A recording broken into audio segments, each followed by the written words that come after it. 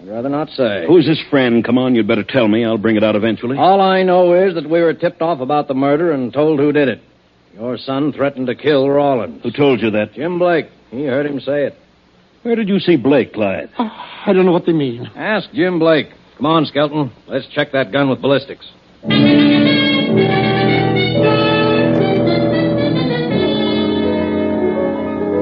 few hours later, Boss Jim Blake stands in the study facing the district attorney. There is a tense moment as each waits for the other to speak. Well, Banning, what do you want? I know what you're trying to pull, Blake. You're trying to get at me by framing my son with a murder. I'm not trying to frame him. I just told the police that I heard Clyde threaten to kill Rawlins. So far, there's nothing but circumstantial evidence. Clyde had no reason to kill Rawlins, and without a motive, Clyde is in the clear. Yeah? You had a scheme in mind to force me to drop that investigation, and your scheme went haywire. You pulled a boner. What do you mean, boner? If Clyde had threatened Rawlins' life, the natural thing for a man in your situation to have done was to approach me instead of the police. Why? Well, you wanted those letters, didn't you? How could you possibly make a deal for those letters now that you've made your information public? I'm way ahead of you, Banning. I'm not so dumb as all that. I'm still holding the aces. What aces? The ones I'll throw down for the letters. I think you're bluffing, Blake. I know why Clyde killed Rawlins. I can supply the motive. I'll admit that without the motive, he'd be in the clear. But if I spilled the motive, he'd crack in 5 minutes. I still think you're bluffing. I know you've got a cinch case against me with those letters. But with what I know, I've got a cinch case against your son that will send him to the gallows. Not only that, but if I do spill it, you wouldn't dare show your face in this town again. Sounds pretty gruesome. I can't imagine what it could possibly be. I'll say you can't. Clyde is really in it up to his neck. You really think he's guilty? Certainly, but whether he is or not, he had the motive. And the motive for killing Rawlins will lead to something that can be definitely proved. You mean material evidence? I do. So in order to prosecute me, you'll be forced to prosecute your own son. I'll see to that. Now, you hand over those letters, and we'll all be in the clear. Believe me, Banning, I'm not bluffing. Blake, if you're telling the truth, then we're both in a very unfortunate position. You're a crook, and I happen to be a stickler for duty. I can't be bribed. You mean you'd actually prosecute your own son? I do. And if he's guilty, he can take the consequences. I don't believe he is, but I know you are. I think you're crazy. And I still think you're bluffing. Try me. I'll call your bluff. All right, but you'll change your mind, Banning. If you don't, you're a bigger fool than I've ever come across. Let's have it. Get your son in here. All right. Marcia, bring Clyde in here. Yes, Henry. What a sap you are, Banning. Over a couple of punk letters. Duty, not a bourgeois. You want me, Father? Oh, you can come in too, Marcia. Yes, Henry. What are you doing here? Well, kid, I've been having a little chat with your righteous father. He sent for me. He's a little stupid. He wants to be enlightened. Maybe you can help him. Yeah?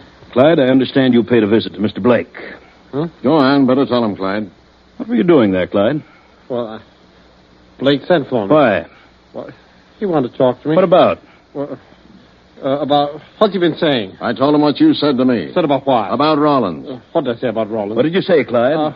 Nothing. He's lying. Lying about what? We haven't said anything yet. He tried to get me to steal something. Steal something? Now we're getting someplace. Wanted you to steal some letters out of my safe. Yes.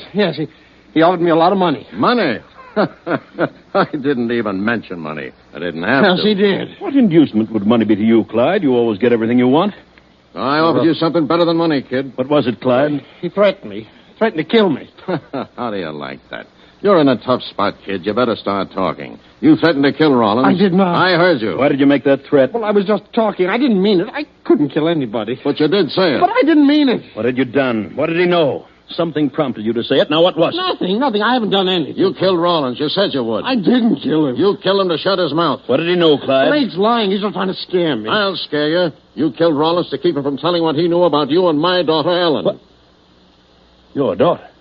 She was in love with Clyde and wanted him to marry her. He tried to shake her, but when she got too insistent, he threw her out of his car, murdered her. I did not. I didn't. Rawlins heard them arguing. Clyde dismissed him and drove the car himself. Rawlins found Ellen's purse in the car next morning. Rawlins told me. He's lying. I told him Rawlins wouldn't talk if Clyde got me the letters, but he killed Rawlins instead. Was Ellen Blake in your car the night she died? Yes. Did you dismiss the chauffeur? Yes, but I didn't kill her. She jumped out. She jumped out deliberately. Why didn't you tell this?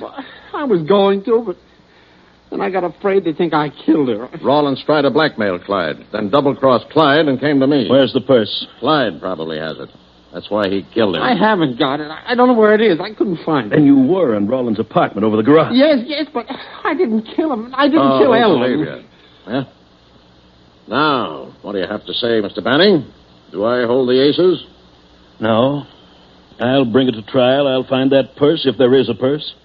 And if he's proven guilty, he can pay the penalty like anyone else. And then, Blake, I'll start on you. You're a fool, Banning. You're crazy. Come in. Well, here we are, Mr. Banning. Got quite a bit of dope on this Rawlins killing.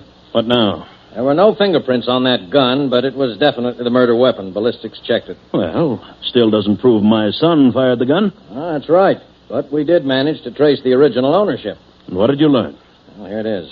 The gun was purchased 4 years ago in Seattle. By whom? By Patricia Rawlins. Patricia Rawlins? Mm-hmm. Did you check on Patricia Rawlins? Who was she? Yeah, we checked on her. We also checked on Rawlins. Patricia Rawlins was your chauffeur's wife. They both have a police record. Rawlins was a confidence man, 3 convictions. His wife, Patricia, was implicated as an accomplice. Anything else? Yes, Rawlins disappeared into Mexico 3 years ago. Finally turned up here. Rawlins must have had the gun in his possession. Or the wife had it. In which case, she could have killed him. Quite possible.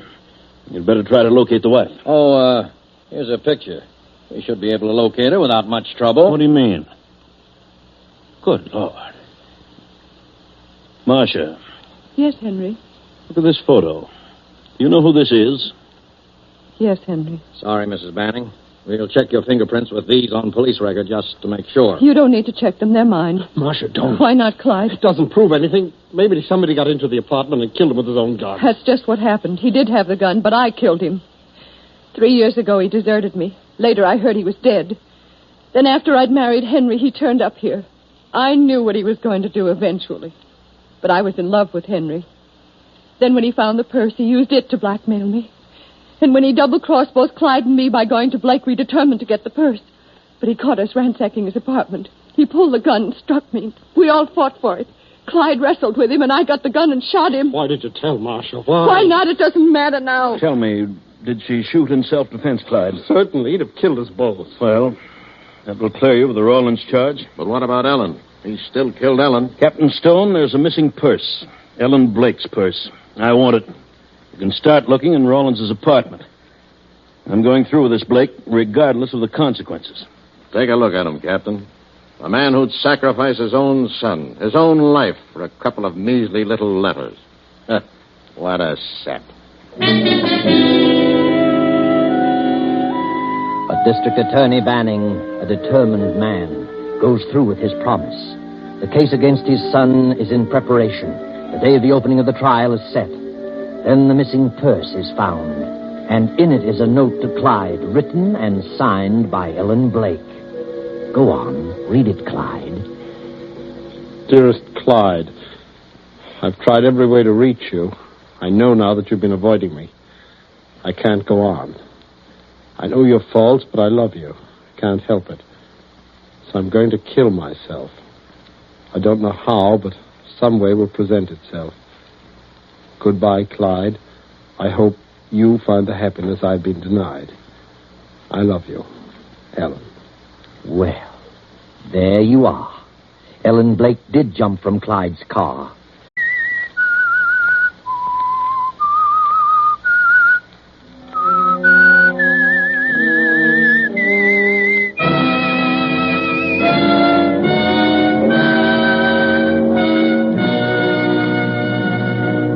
CBS has presented The Whistler. Original music for this production was composed and conducted by Wilbur Hatch. The Whistler is written and directed by J. Donald Wilson and originates from Columbia Square in Hollywood. Next week, 9:30. I, the Whistler, will return to tell you another unusual tale. Good night.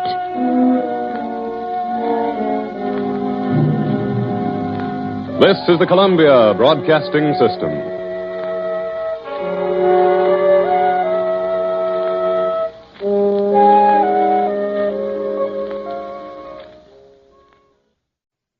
You're listening to 1940s Radio on the Rocket Classic Radio Network.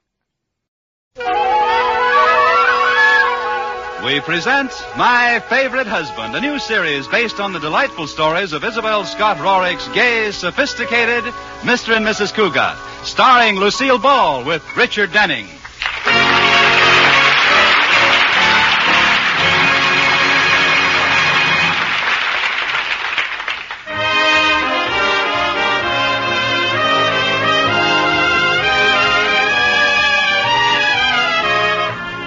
The Cougats, Liz, busy young matron, and George, busy young fifth vice president of the bank, are one of the few couples we know who live together and like it. Let's look in on them now as Liz waits for George to come down to breakfast. Oh, Katie. Yes, Mrs. Cougat, what is it? Katie, you don't have to serve breakfast this morning. I'll serve Mr. Cougat myself. Oh, don't you feel well, Mrs. Cougat? Yes, but there's a special little favor I want from him, and if he thinks I cooked the breakfast, it might put him in a better frame of mind. Well, if he thinks you cooked it, Mrs. Cougat, I don't think he'll eat it. Well, fix something real nice, like scrambled eggs. I'll make a nice omelet. Oh, you can always get around a man with food. I used to get anything I wanted from my first husband, Clarence. I just cook him an omelet and put in a whole bottle of Tabasco sauce. A whole bottle? Uh-huh. And I wouldn't give him a glass of water till he said yes. Well, just leave out the Tabasco. I've done everything to keep George in a nice frame of mind this morning. All right. Liz! Hey, Liz, where are my clothes? I can't find them anywhere. They're all there, George. I hung them up. Well, what did you do that for? I had them all neatly laid out on the floor where I could find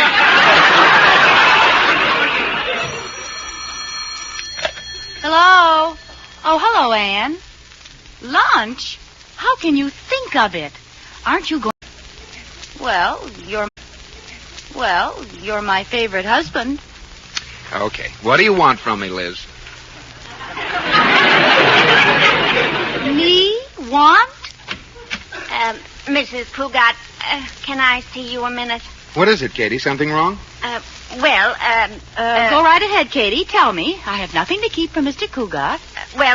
Breakfast won't be ready for a while because the omelet you were cooking spoiled and you had to make another one. Thank you, Katie. I hope you didn't put too much salt in it, Liz. Don't be funny. Hey, why don't you read your paper, George? You mean you let me? Certainly, dear. See, it's all set for you. All you have to do is read. Oh, who opened this paper to the society page? Now, you could do worse than read the society page. There's some very interesting things there. There are? Mm-hmm. Oh, let's see.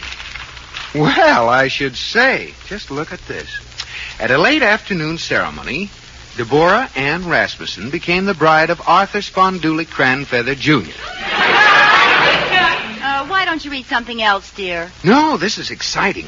The bride wore a bouffant gown of white chantilly lace, and her head was covered by a lace cap from which fell a large veil. That's veil.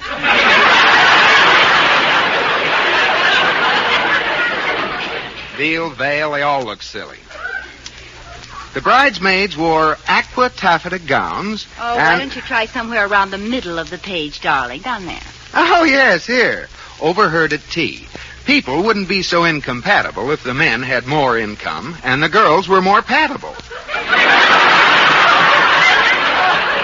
that's very good.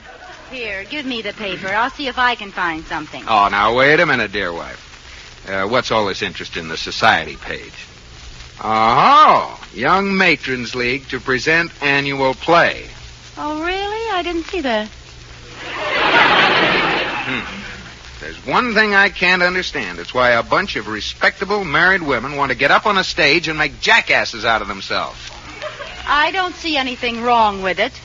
They don't make jackasses out of themselves. Oh, come now, Liz. You know they do. You didn't feel this way last year. You let me be in the play. That's what started me feeling this way. Oh, you think I'm a jackass? I didn't say that. Well, you implied it. Didn't you? No comment. George Cougat, you are calling your wife a jackass by keeping your mouth shut. Well, think of the trouble I'd get into if I opened it. Oh, look, why don't you forget it, honey? I know what you're leading to. You want to be in the play. I do not. I didn't even hear about it until you happened to find it in the paper. Really? Don't you believe me? Oh, certainly, dear. I wonder what play they're going to do. John Loves Mary. Well, forget it, Liz. The answer is no. Not after last year. That wasn't my fault. Well, you're supposed to feel at ease on the stage. Move around. Oh, I almost died when that fella came bounding in and called, "Run for your life! The dam has broken!" And you just sat there. Well, I know how you felt. I've had stage fright, too. I didn't have stage fright. Well, then why didn't you get up when the dam broke? Because when I sat down, a strap broke. I'll tell you something else, George Cougat. There's going to be a famous Hollywood director in the audience on opening night, and I'll bet you if he sees me, he'll offer me a contract. Oh, Liz, stop it. You're talking like a child. Come on, we'll make a bet. How much? Oh, no, you don't. This is just a trick, so I'll let you be in the play. Well, I have to go to the office, dear. Sorry I had to deprive you of a Hollywood career. Very funny. What has Betty Grable got that I haven't got? Or Lana Turner? Nothing, dear. In fact, you have something they haven't got. I have what? Me. Well, see you later, dear. If you want me, I'll be at the bank.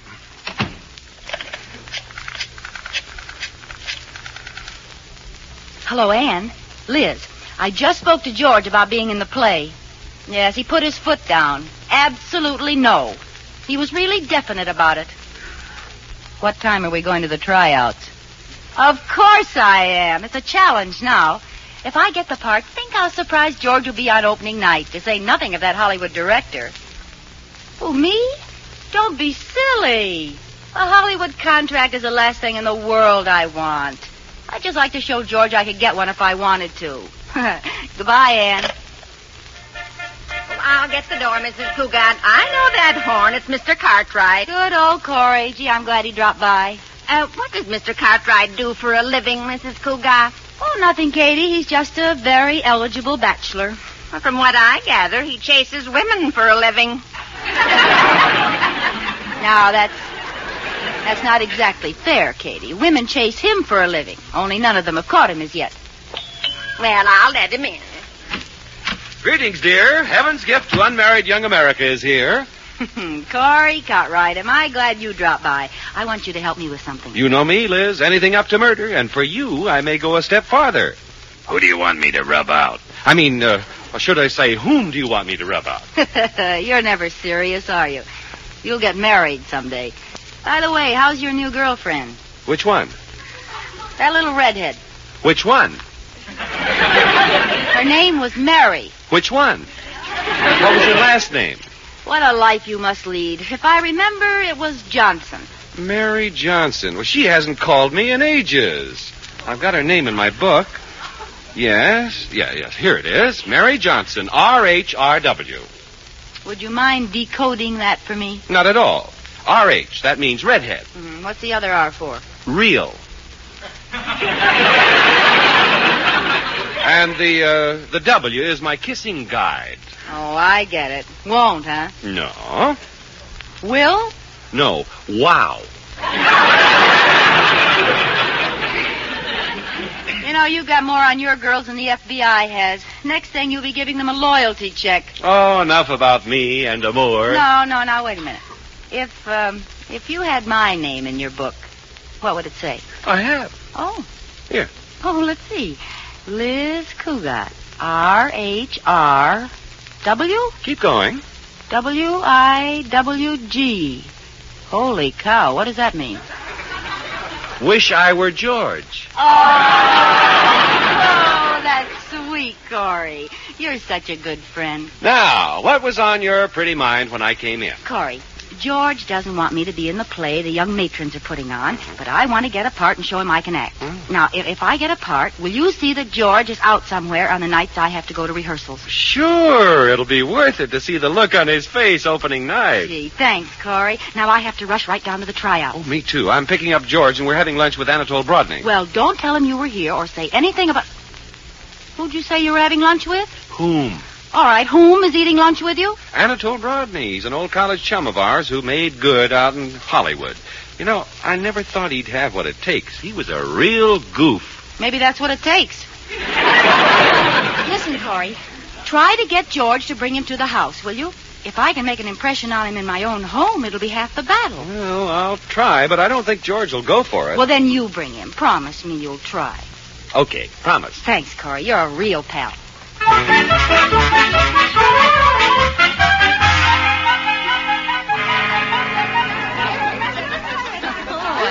Let's come to order, girls. Girls, to order. I'd like you to meet the director of our little show. Miss Worthinghill from the drama department of Sixley College.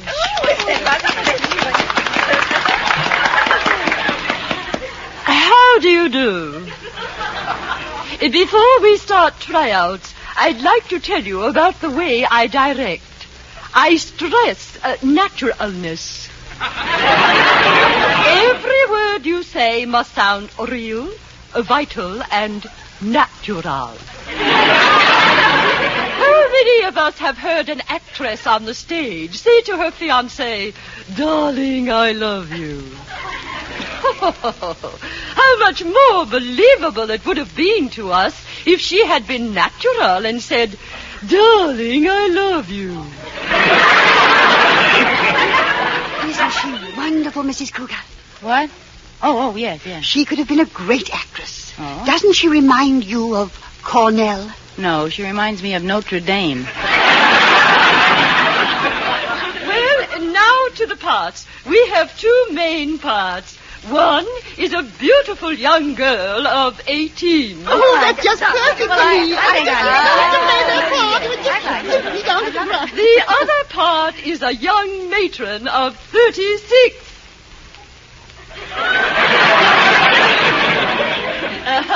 This is the main part. Oh, well, I'll try it. But I'll have to be a pretty good actress to portray anyone that old. Good. Let me look at you. Oh, my dear, you're just the type. Well, you don't have to get nasty about it. Now then, here is the scene I want you to read. You are crying your heart out because your lover has left you. Uh-huh. Suddenly, you hear the bark of a dog. Oh. It is his dog. He has come back. Uh-huh. You run to your lover, laughing now as hard as you were crying before. You say to him, "Hold me in your arms." Then, seeing the dog is on the sofa, you say to it, "Leave quickly. You are not supposed to be in here." Oh. Have you got it? Yes. Now then, you are crying your heart out.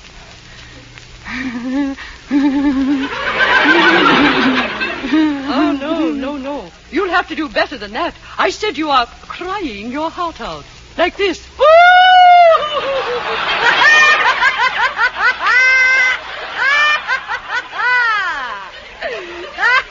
What are you laughing for? Because my lover is coming. We haven't reached that part. I was showing you how to cry. Oh, I thought that was the dog. We will continue. But you must practice that crying if you wish to get the part in the final auditions. Uh-huh. Now you hear the dog.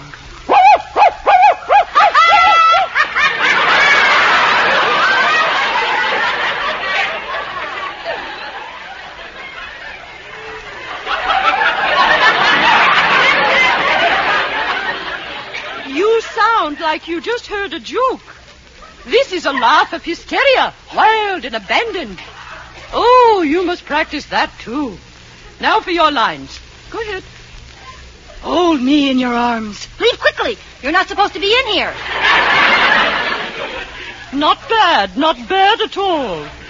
A little practice, and I think you'll be a strong contender for the part. Oh, don't worry, Mrs. Worthinghill. I'll practice.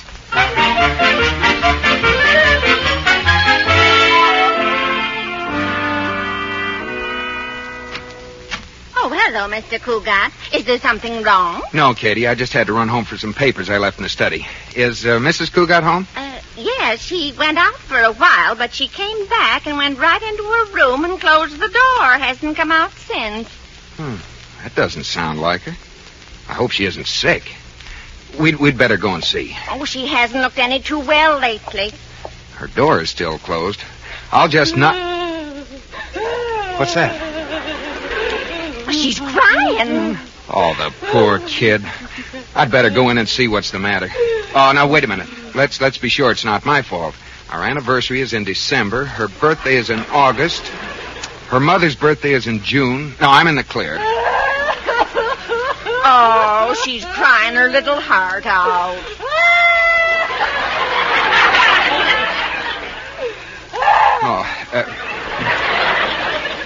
Come in with me, Katie. I get all funny when she cries.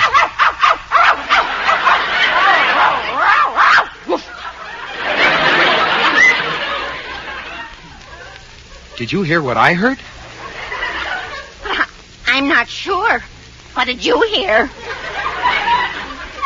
It's a dog. She's got a dog in there.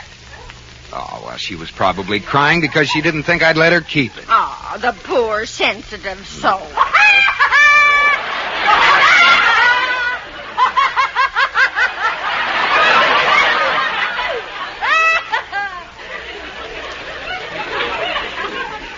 Well, she's all right now. That's all it was, Katie. She's got a dog in there. Take me in your arms. I'd better go and take a look at that dog. I have some work to do. Quiet. I don't think she knows we're here. Leave quickly. You're not supposed to be here. She knows we're here. Let me in. Liz, let me in. Do you hear? Hello, George. What's new? What's new? What are you doing in here? Me?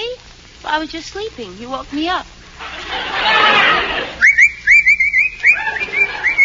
What's the matter with you? What are you whistling for? Nothing. Can't a fellow whistle? Well, what are you looking under the bed for? Did you lose anything? Well, I don't know yet.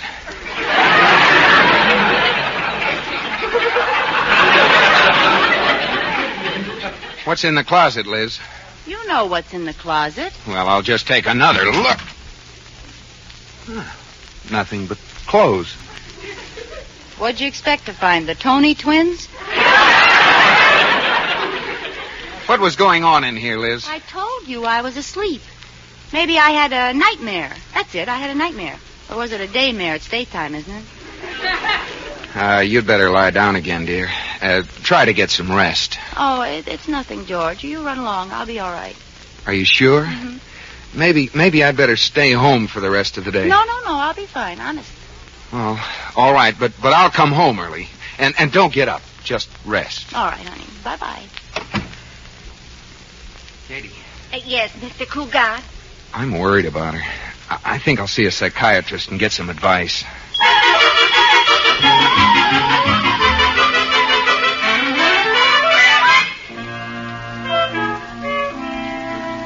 Dr. Schweinkamp will see you now, Mr. Cougar. Thank you. Good afternoon. Good afternoon, Doctor. My name is Cougat. I see. Lie down, Mr. Cougar. Oh, it's not for me. It's for someone else. Of course, I understand perfectly. Lie down, Mr. Cougar. But I'm serious. I came to see you about someone else. Everybody does. Lie down, Mr. Cougar. I won't lie down. Xavier. My name is George Cougar. Can't even carry a tune. Now look, Doctor, my wife is acting strangely, and I want your advice. Certainly, Mr. Cougar. And I won't lie down. As you wish, as you wish. Mr. Cougar. What? Do you mind if I lie down? No. I've always wondered what it was like. Say, it's nice here. After this, I think I lie down and let the patient sit up. Pardon me, Mr. Cougar. What were you saying? It's Cougat. I want to tell you about my wife. She locks herself in her room. Oh, this is very common with married people. But you don't understand. She laughs. Then she cries. Then she barks like a dog. That's not quite so common. In fact, that sounds like a serious case of manic depressive psychosis aggravated by alternate canine insanity, prompted by a subconscious desire to put on the dog.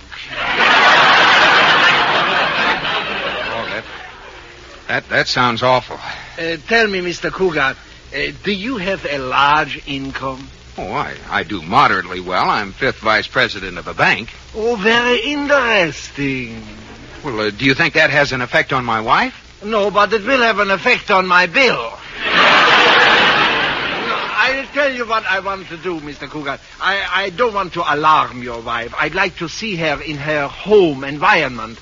Why don't you call her up and tell her you are bringing a friend home, a business acquaintance. I'll come over this evening. If you like, I'll come for dinner. You'll come to dinner? Oh, thank you. I'll be glad to come. All right, Doctor. Anything you say.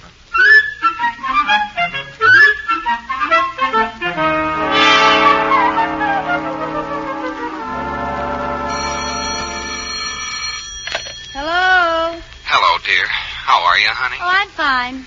Dear, I'm bringing a friend home for dinner, an old college chum. Will it be all right? Oh, an old college chum. Well, of course, dear. What's his name? Oh, Art Jones. Oh. Well, we'll see you later, dear. All right. Bye-bye. Katie. Oh, I can see his little game. Katie. Yes, Mrs. Cougar. There'll be one extra for dinner, Katie. My husband thinks he's going to play a little trick on me. He does? Yes, he's bringing a big Hollywood director home, only he wants me to think he's somebody else. Then tomorrow he'll lord it over me and say, see, a Hollywood director in your own home, all to yourself all evening, and you didn't make any impression. That's what he thinks. No impression, eh? I'm going to make a dent.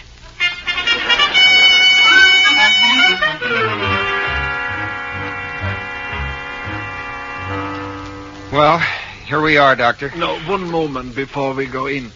Don't be nervous, Mr. Nougat. That's Cougat. It doesn't matter. Now, don't worry if she seems to act normal. I can tell her condition by subtle little actions and movements. Don't do anything to arouse her. All right. Here we go. Liz! Liz! Oh, there you are. Liz, I'd like you to meet an old friend of mine, Art Jones. How do you do, Mrs. Cougar? Hello, boys. Say, I'm certainly glad you came up to see me. What? How about a drink, boys? Now, Liz, please. There's a sofa over there, Mr. Jones. Why don't you get out of that hard chair and slip into something more comfortable? Well, maybe Mr. Jones likes that chair, darling. Darling? Now you call me darling. Oh, but what am I when we're alone, your slave? You beat me with a cane and push my poor, broken body down the stairs. Oh, I don't care for myself, but you pushed the children after me. The children? I did not. Then where are they?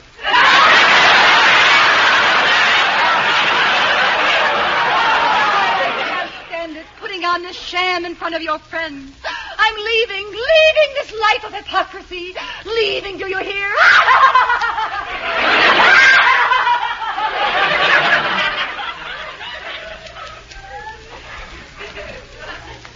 Well, Doctor, what do you think? Don't speak to me, you can't!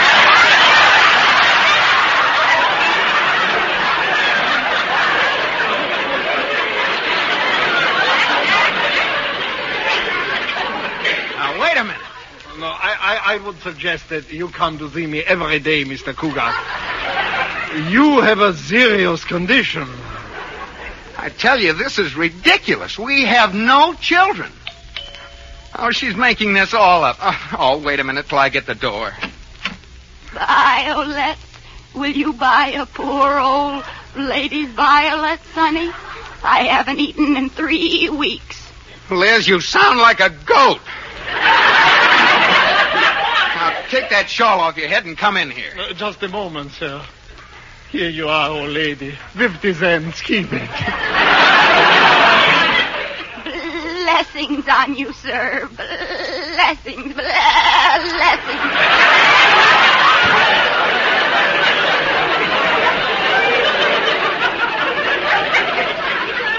I apologize, Mr. Cougar. Now things sound different, don't they? Oh, yeah. You should both come to see me. Now, quickly. You have a maid? Yes. Well, ring for the maid. We're going to find out how your wife has been acting around the house today. Well, I am ringing. I don't know why she doesn't answer. Oh, darn this bell. Maybe it's broken. All right. I'm coming, Governor. Don't get out about it. Oh, no.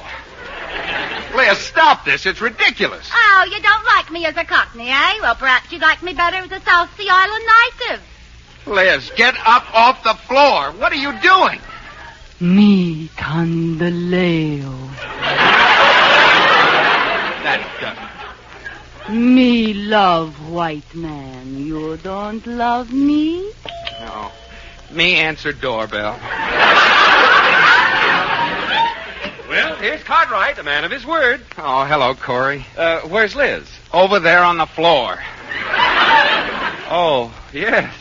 Well, I don't know what you're doing on the floor, Liz, but let me present this fellow with me. Mrs. George Cougat, Anatole Brodney. I'm pleased to... Anatole Brodney? Ah! Then who's this character?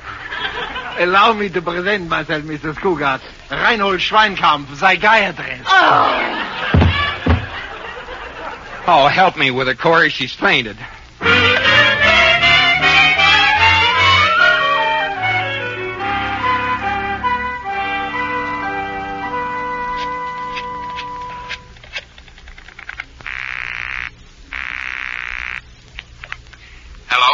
Hello. May I speak to Mrs. Cougat, please? Mrs. Cougat is upstairs resting. This is her husband. May I help you? This is Mrs. Worthingale, the director of the young matron's play. I called to tell Mrs. Cougat that she got the main part. Congratulations, Mr. Cougat. Well, I think you'd better forget about my wife for that part, Mrs. Worthingale. After the experience she had tonight, she assured me she has given up the theater for good. Oh, that's too bad. Well, goodbye, Mrs. Worthingale. Goodbye, Mr. Cougat. Mrs. Worthingale. What? Hello? This is Liz Cougat. I've been listening on the telephone upstairs in the bedroom. Oh, then you heard what your husband said. Yes, but don't pay any attention to it. I'll see you at rehearsal in the morning.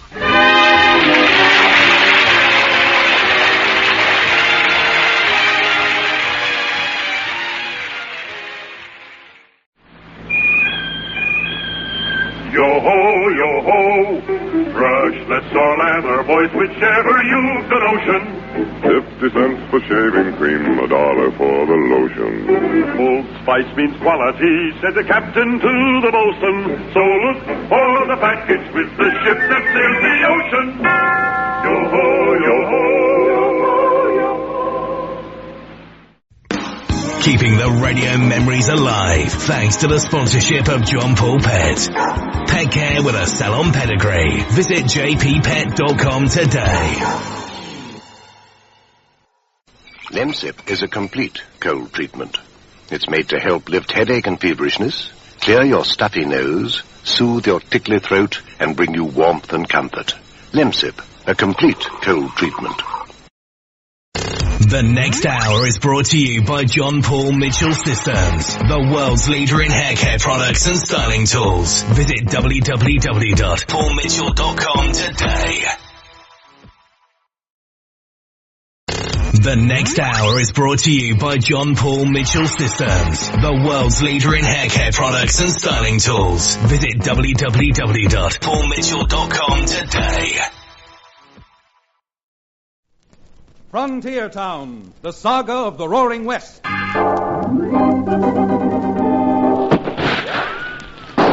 Frontier Town. El Paso, Cheyenne, Calgary, Tombstone. Frontier Town.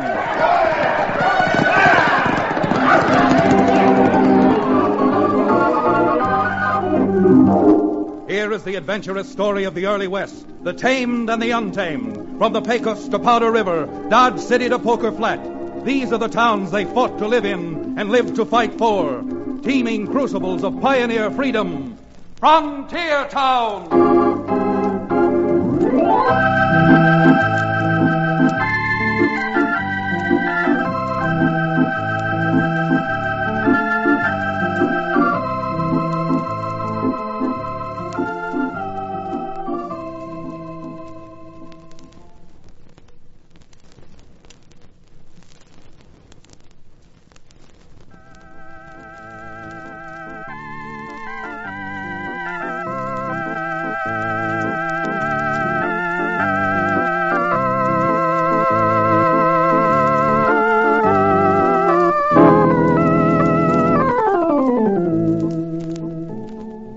Howdy there.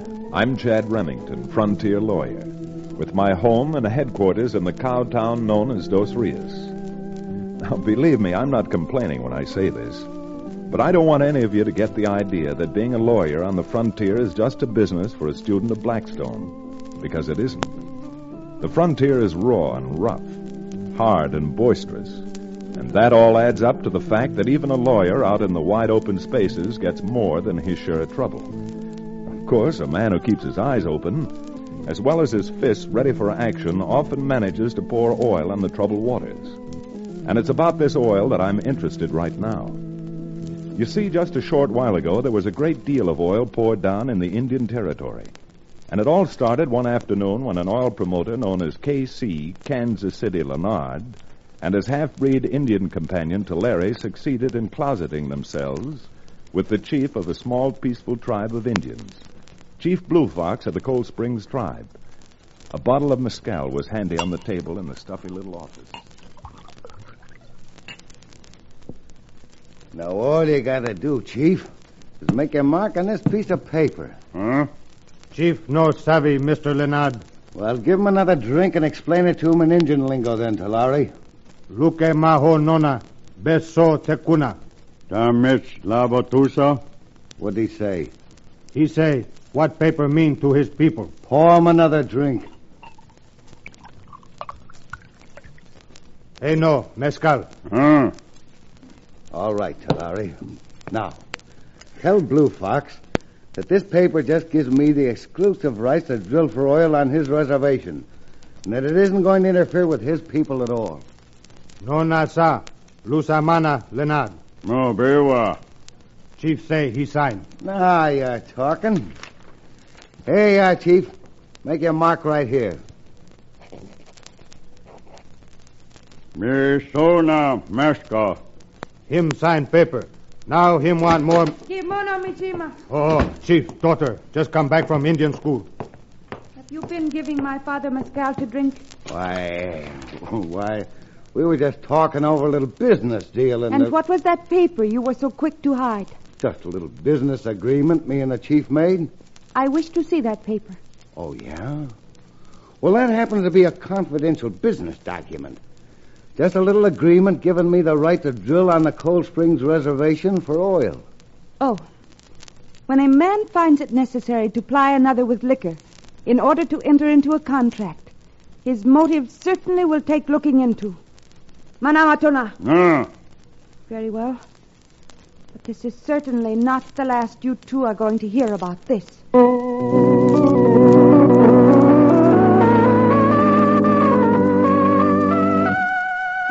It wasn't the last Mr. K.C. Leonard heard about his little transaction because Chief Blue Fox's daughter, Matome, spent little time in getting a pony and riding from the reservation to my office in Dos Rios. Cherokee O'Bannon, the reformed medicine man who now owns the Dos Rios livery stable, was with me at the time, and we both listened to Matome's report with frank interest, but sinking feelings. You mean there is nothing you can do legally to set aside this document? Don't look at me, miss. You talk to the counselor here. Matome, unless we could definitely prove that the agreement was signed under duress, I'm afraid there is nothing we can do. But they gave my father mescal to drink. Did not know what he was doing. Mescal? I'm afraid any court that would hold that a man whose stomach is strong enough to swallow mescal has got a head hard enough to know what he's doing. Frightful stuff. Worse than water. Matome, even though I doubt we can have the contract voided, I don't want you to feel that I'm not going to turn heaven and earth to help you. And if we can't take care of Mr. K.C. Leonard legally, maybe we can invent a few laws of our own. Your people have been defrauded too much by the whites already. If all white men were like you, Mr. Remington, my people would have nothing to fear. Because Chad Remington is like he is, the only person who has something to fear out of this is that oil promoter, K.C. Leonard. Well, we're not going to get any place sitting around here spreading flattery. So what do you say we get our horses and ride back to Cold Springs?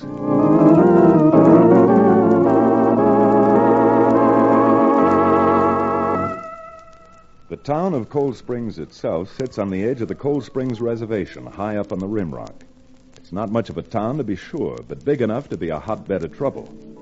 On arriving there, we found that Leonard had rented a shack to use as his office, and I decided to walk over and see him, because you never know if you're trying to trap a cougar or a skunk until you get close enough to see the stripes.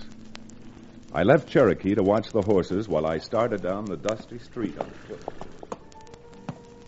I certainly wish Chad had found a better place to tie off these horses than the hitch rack in front of the local tavern. Not only is my thirst getting stronger, but temptation grows by the minute. Wonder if I couldn't watch the horses over the bat-wing doors if I found a good place at the bar inside. Wouldn't take me very long, and well, perhaps it'd be better if I'd find someone to watch the horses for me. Here comes a fellow now. Pardon me, sir. May I have a word with you? Were you calling me, mister? No, I didn't call you mister. I called you sir.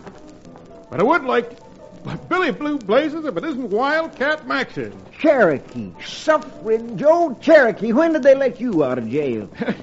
It'll be impossible for me to answer that question, Wildcat, until I know which jail you have reference to.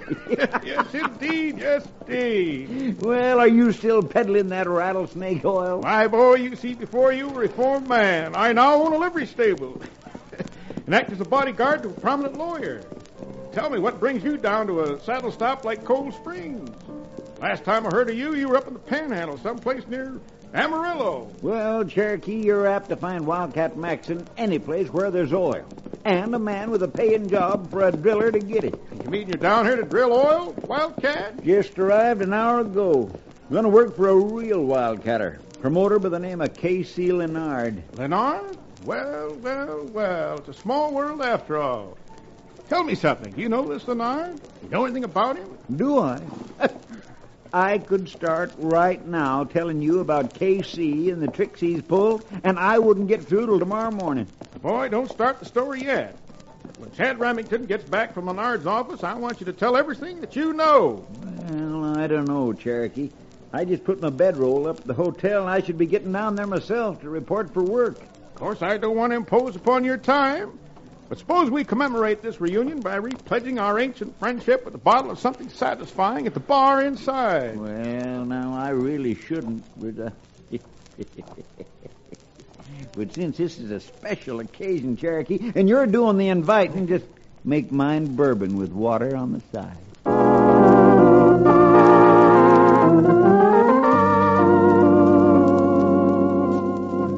While Cherokee and Wildcat Maxon were picking up the threads and the whiskey glasses, my walk down the street brought me to the door of the little shack Leonard had rented. I tried the door, but it was locked, so there was nothing for me to do except knock.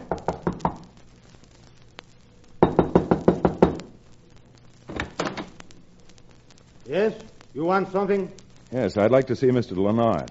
Boss, he busy. You come back later. Well, since I've got no place else to go, do you mind if I come in and sit down and wait for him? You go away. Come back later. You're not very hospitable, are you? Come on, you beat it. No got time. Just a minute. I don't mind leaving, but I have no intention of being shoved out. Me say get out. Now me put you up. You local half-breed. Who do you think you are, anyhow? Me show you fast. Just for that, I am going inside and wait for Leonard. Well, you're in, so speak a little piece and get it over with. What do you want? Well, I take it you're Leonard. You'll be taking a lot more if you don't quit stalling around. What's on your mind? I'd like to see the paper that Chief Blue Fox signed here a few days ago. Yeah? Well, exactly who are you? Well, for the moment, let's just say I'm a friend of the Chief's. And for the moment, Let's just say that any paper the chief signed between him and me is confidential. Oh, so? And does that mean your contract won't bear scrutiny? Mister, if you want to leave here under your own power, you better start going now. You may think you're man enough to put me out, but I don't.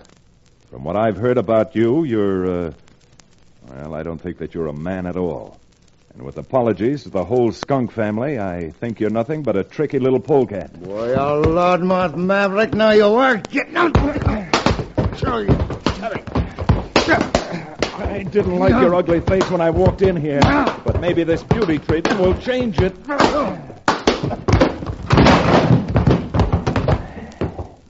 Now, I'm going to finish what I started to say, Leonard. The Indians out here have been taking a pretty raw deal from you and your kind. With the aid of an oily tongue and a few bottles of red-eye, you've gotten away with murder. But there's a penalty for that kind of murder, too, Leonard. And if you insist on going through with this drilling deal, you may find that you're the one being drilled. Because I've got my personal drilling equipment right here.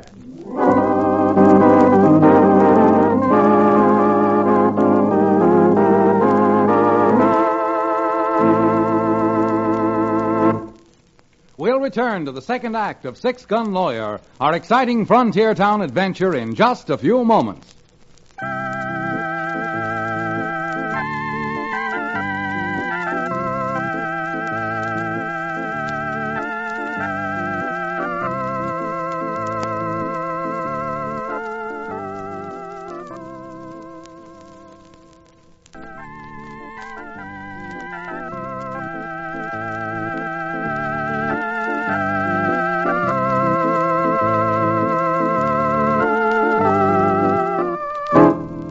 And now, Frontier Town.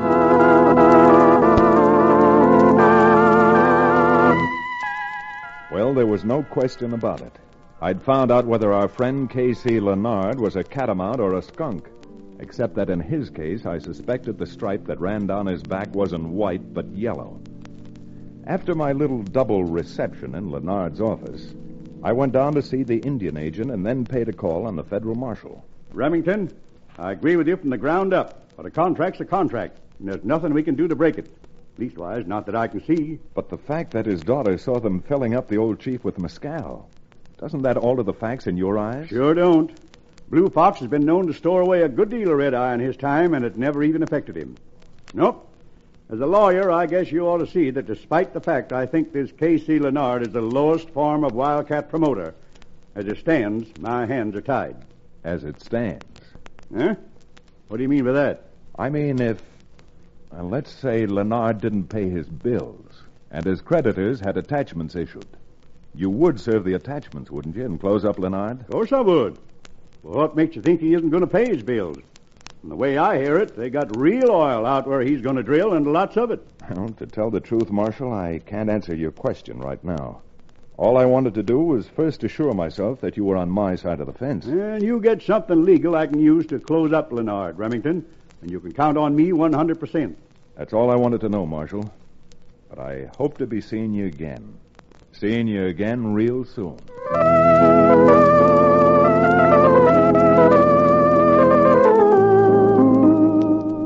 I left the marshal's office and walked back to where I had left Cherokee with the horses. The horses were there, but Cherokee was no place in sight. It should have occurred to me that Cherokee would disappear through the nearest doorway, but it didn't. Not until I heard his robust laugh echoing behind me.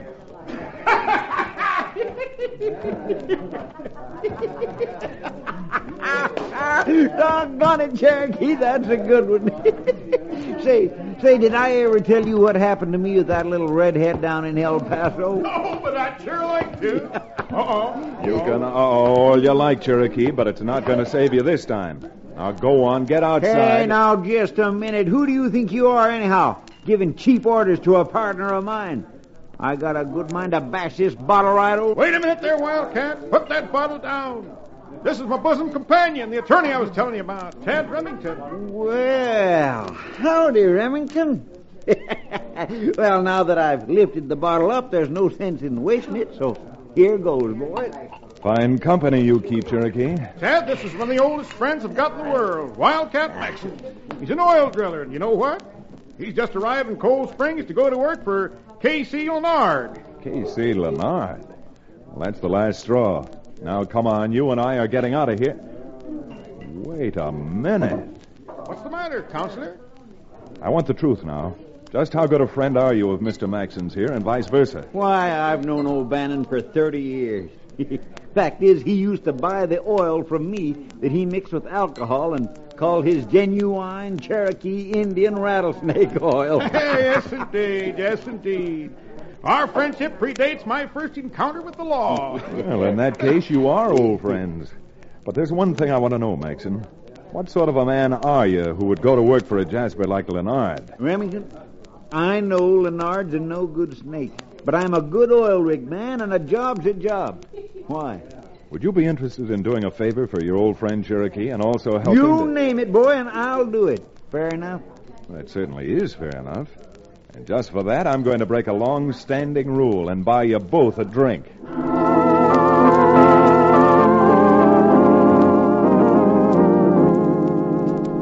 Well, I bought them the drink, all right, but only one. Wildcat Maxim left the bar a few moments later to go down to report to Leonard. And Cherokee and I rode out to see Blue Fox's daughter, Matomi. Yes, of course I understand what you're saying, Mr. Remington. But is such a thing legal? My dear Princess, it's so legal that you and Chad and I are untouchable. But what about this Wildcat Maxim? Can't something happen to him? To be perfectly honest, something could happen to Wildcat. But after even my short acquaintance with that gentleman, I doubt if anything will. In fact, about the only person anything's going to happen to is the gentleman with the mescal bottle, Casey Leonard. And what's going to happen to him is going to start happening mighty soon. Well,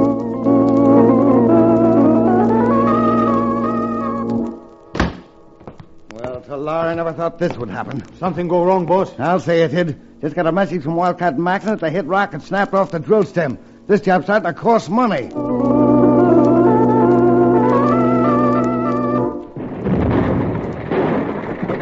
Mackerel. What happened now, Wildcat? Well, that bonehead you hired to take care of the donkey engine overloaded the boiler. She let go and blew the pump house to smithereens. It'll be weeks before you can get that repaired.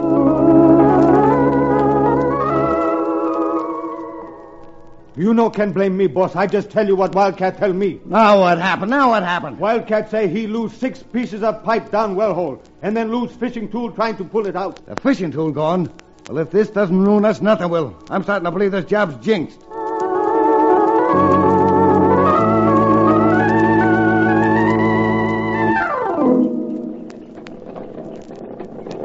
Well, Princess, cast your lovely brown eyes on that. Leonard seems to have his well down quite deep. It's deep, all right, but good old Casey is in a lot deeper. Well, here comes Wildcat Maxon. Hello there, you old wildcat, are you? Howdy, friends, and Miss... Say, just what does a fella call you? Miss Blue Fox or what? No, Mr. Maxon. In Indian, my name is Matomi, which means the stream which always ripples white. But at college, the girls just shortened Matomi to Matty. So I guess that's my name. Wildcat, what dire disaster has overtaken Mr. Leonard today? Well, after the drill broke, we lost 6 lengths of pipe. And then the boiler blew sky high, and something real good's happened today. The credit manager of the tool company come out to get some money and blamed if Leonard didn't give him a check. I don't see anything to laugh about in that, Mr. Maxon. If Leonard's still able to pay his bills. Did I say he was able to pay his bills? I just said he gave the tool company a check, and that check's going to get him into a... Oh, here comes Casey now. Here he comes. Look at that ugly face of his, will you? That man is boiling mad. Well. Now this whole thing is starting to fit together. Now that I see the 4 of you out here, I know just how all these accidents happen. Why, Mr. Leonard, if you think that the 4 of us have been conspiring against you, that's a gross understatement of the facts. Why, you loudmouth little squaw, I got it. Bingo! Give Mr. Remington a big fat cigar. Listen, Leonard, a lady's a lady no matter what color the pigment is in her skin. Nothing but a bunch of crooks, that's what you are. I'm going to have the law on you. Well, you won't have to waste much time because here comes the marshal and some of his men now. Hey now, boys, hey now. Leonard, I got an attachment here to close up your place for non-payment of debts. My deputies have got orders to stop the work and see that nothing is tampered with or removed from the place. My, now isn't that too bad after all the hard luck you've had? Well, maybe you won the first round, but there's still a lot more coming up. That's what you think, Leonard. But I've also got a warrant that's going to put you in the calaboose for the next 10 years for passing a bad check. So just so you don't miss your first lunch at the jailhouse, come on. We'd better get going. You got a fat chance of taking me down. You heard the marshal, Leonard. Now get going. Thanks, Remington. I think he's convinced now. And by the way, we've already attached his office and taken charge of his records and papers and stuff. Great, Marshal. when we went through the papers, there was a contract there signed by Chief Blue Fox. I don't know how it happened, but somehow or other, that one little paper got too close to an oil lamp, and you know what happened? Before we could stop it, that contract was burned up.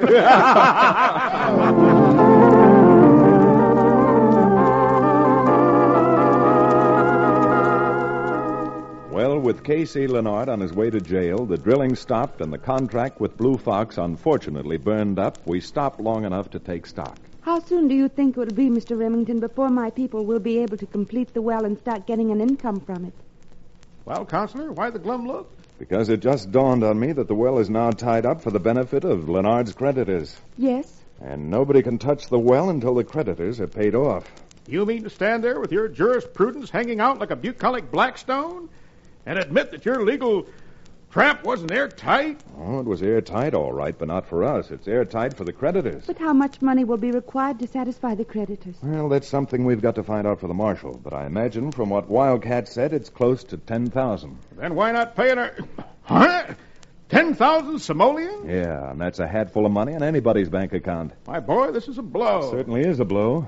Being a man of unstable neurotic temperament myself, I'm starting to feel the need of some sort of stimulant. See you later. Just a minute there, Cherokee. Yes, Chad? This is no time to start drowning your sorrows in the cup that runs over. All of us need clear heads on our shoulders. What we need is something to stimulate our imaginations. Well, hello, Wildcat. Well, all our scheming and doing for the last 2 weeks has been wasted. Wasted? What do you mean wasted? All the little things we did to the well were nothing compared to what happened when the marshal's deputy shut it down. A cable busted. The whole bloomin' drill outfit dropped down to the bottom of the well. It's sealed up now, tighter than a drum. Oh, good grief. Can anything more happen to us? You mean that there's no way of fixing the well? How can you fix it when you can't even get near it? They got 6 deputy marshals guarding the place. Isn't there some way the tools could be gotten out of there? With a charge of explosives, maybe. But with them deputies around, what chance you got? Suppose we could get rid of the deputies for you. But how could you do that? I think the Cherokee, with the help of a few bottles of that stimulant he's so anxious to get at, might entertain the deputies long enough for Wildcat to get by the guards. And by glory, the more I think about it, the more I think that's the only way out. Come on, we've got some writing to do, and I mean right now.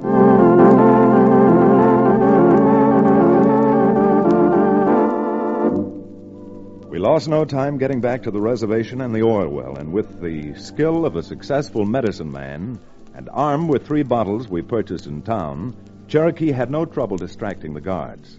While Maxon slipped in with his charge of explosives, Matome and I stood off in the mesquite watching, hardly able to draw our breaths. Then suddenly we heard the unmistakable sound of a horse racing toward us. Mr. Remington, there's a horse coming. There sure is a horse coming, and a man I'm not looking to see is riding it. The marshal. Look, he spotted us and he's coming over. Oh. Chad, I've ridden all around Patty's half-acre looking for you. Leonard's busted out of jail, swiped the gun, and swore he's coming out to get you. Thanks, Marshal, but I don't think it's going to do him any good, because first off, he's got to find me. Well, I found you. And just what are you two doing out here at the well after dark? Well, you see, now look, Marshal, let's walk back here a ways, and I'll see if I can't explain it to you. Now, just a minute, Remington. If you two are something... Down! Flatten out! That must be Leonard. That last shot gave him away. Get back. Look, Mr. Remington, there he goes. He's running toward the well. Don't, Leonard, you fool. Keep away from that well. Get back, Ted. There she blows.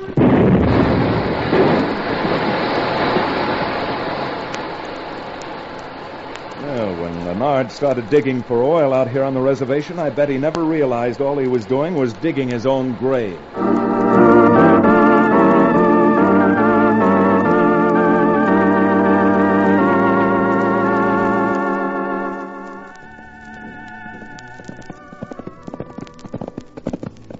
Chad, it beats me how all that machinery and dirt fell on the nard and he still lived through it. Well, one thing is certain. He won't break out of the federal penitentiary the way he broke out of the Cold Springs jail.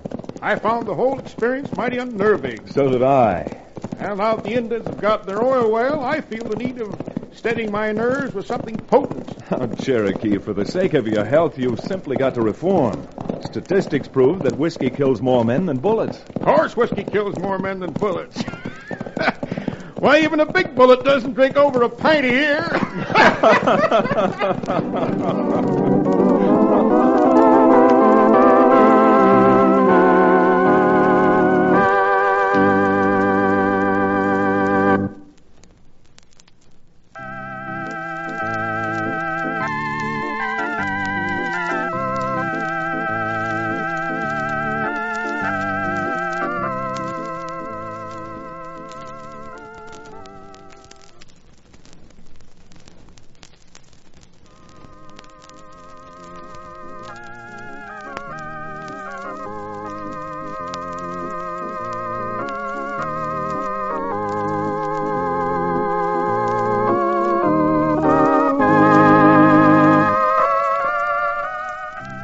Frontier Town, starring Reed Hadley and featuring Wade Crosby, is a Bruce Ells production. Story and direction by Paul Franklin. Music written and played by Ivan Ditmars.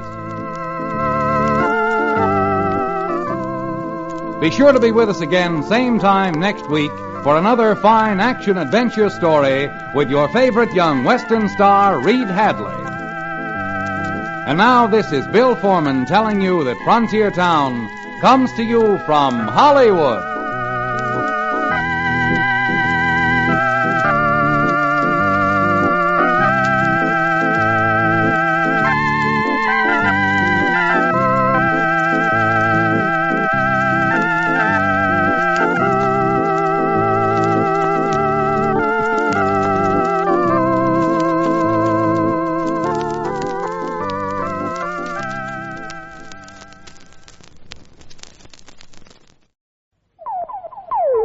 Ever been riding on a varnish stick?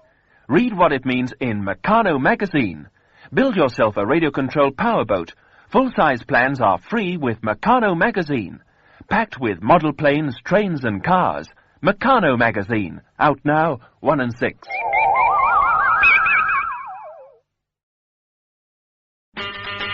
Time for a tippin', fries tippin', the fruit and biscuit chocolate bar.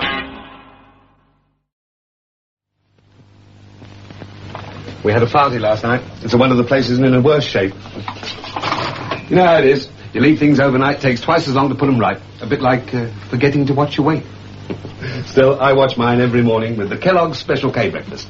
Fruit juice, black coffee or tea with lemon, a big bowl of Special K, a little milk and sugar, less than 250 calories the lot. The Weight Watchers breakfast with Kellogg's Special K. The tasty way to help you stay trim. The next hour is brought to you by John Paul Mitchell Systems, the world's leader in hair care products and styling tools. Visit www.paulmitchell.com today. What has a hazelnut in every bite? Sorry. And thick milk chocolate for your delight? Sorry.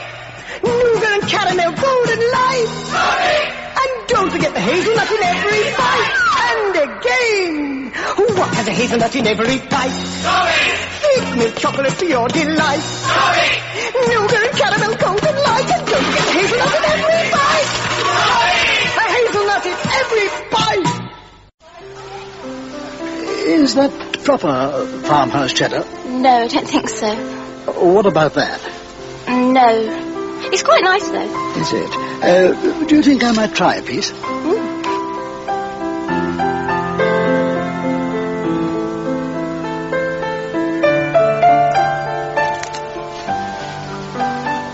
I'll have 2 ounces, please. Jacob's, the cream of cream crackers. The Rocket Classic Radio Network, keeping the radio memories alive thanks to the sponsorship of John Paul Pet. Pet care with a salon pedigree. Tested on humans, but pH balanced for pets. Visit johnpaulpet.com today.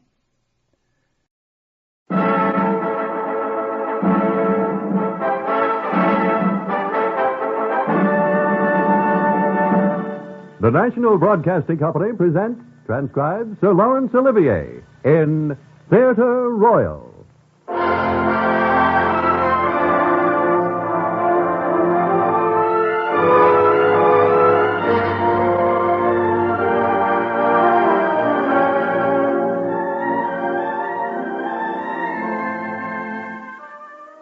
This is Laurence Olivier.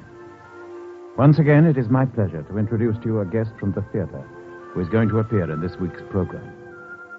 Next week, incidentally, I look forward to taking over the leading roles myself in this series.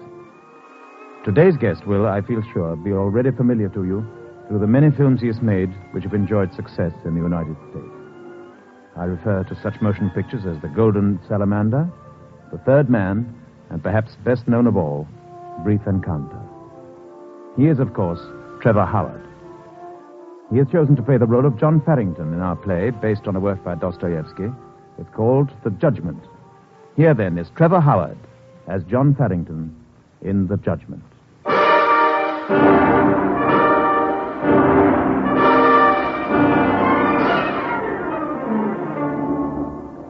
My name is John Farrington, Dr. John Farrington. If you'd care to sit down for a moment or two, I'll tell you a story. It's a fantastic story. You won't believe it. No one ever believes the truth. Would you like to hear it? Very well, then, but I warn you, this isn't an ordinary story, and you can't listen to it in the ordinary way.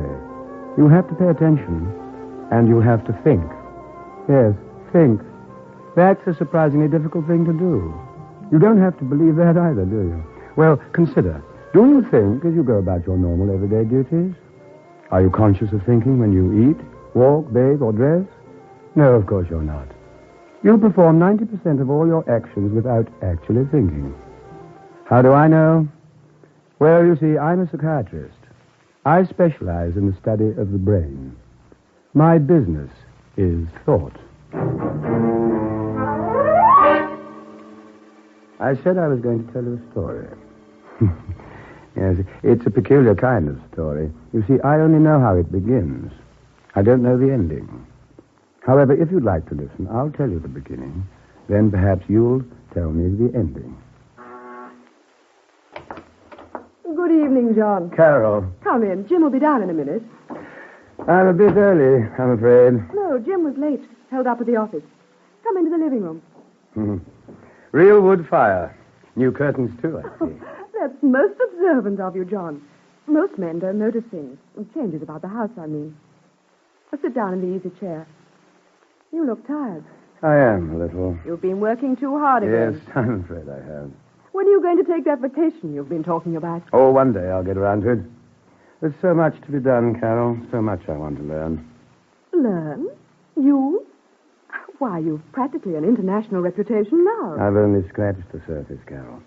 The brain is a complex thing. Oh, no, you don't. You've promised to come over this evening for dinner and to relax. I refuse to talk about your work. You're quite right, my dear. You always did know what was right for me. Come to think of it, I always talked about my work when we were together. I never got around to talking about you. That's right. And it wasn't very pleasing to a girl's vanity. Well, I was very foolish, Carol. I should never have let you marry Jim. Why, John, don't tell me you've been a secret admirer all these years. Would that surprise you? In a way. I've always thought you were married to your work. I am, but I love you, Carol. I've always loved you. Hi there, John. Carol, dear. Hey, what is this? Why are you two staring at each other like that? Oh, nothing, dear. John has just told me something that was a bit of a shock. Really? None of your experiments, John. I thought you weren't going to discuss professional matters tonight. Well, not. I'm sorry, Carol. How about some wine before dinner? It's there on the table, dear. I'll serve it. Yeah, you look a little tired. You're working too hard again? Yes, Carol mentioned it. I don't suppose you could both be wrong. How about letting a businessman prescribe for the doctor? Of course. What's your diagnosis? Too many clinics, too many patients, too much insanity. Oh, no, that's not a pleasant word, Jim. We psychiatrists do not recognize what the layman terms insanity. My patients are mentally ill. Mental illness can be cured just the same as physical illness. I forbid it. I absolutely forbid it. We are not going to talk shop with John tonight. Here's the wine, dear. Hold the glass while I pour. Thanks. John? Thank you. Oh, John. What's the matter? I don't know. It's strange. The glass, it slipped from my hand. For a moment, I had no feeling in my fingers. That was the beginning, the first of the incidents. Then other things began to happen, most of them little things, minor slips. I couldn't be sure whether they were noticed or not. People not familiar with psychosis symptoms tend to discount minor changes. They call them idiosyncrasies. Come in. Oh, I beg your pardon, nurse, but I seem to have misplaced my treatise on the inner brain. I thought perhaps you might have come across it. Why, certainly, Doctor. You gave it me to read yesterday. Oh, of course I did. How stupid of me. I haven't quite finished it, but if you need it Oh, back... no, that's quite all right. Finish it, by all means. Thank you. Oh, Doctor. Yes? I was a little puzzled by certain statements in the opening paragraph. It seems to me that, well, if what you say is true, then it's almost impossible to determine whether a person is suffering from mental derangement or not. Yes, that unfortunately is one of my conclusions, but then my work is not finished. There's so much more we must learn. I'm certain the nurse looked at me strangely as I left the room. And then as the days and weeks went by, I was convinced that my little slips were not being ignored. One day in the hospital, I overheard two of my colleagues talking about it. How's it going, Carl? Very well, Brad. I heard some fine things about your last operation.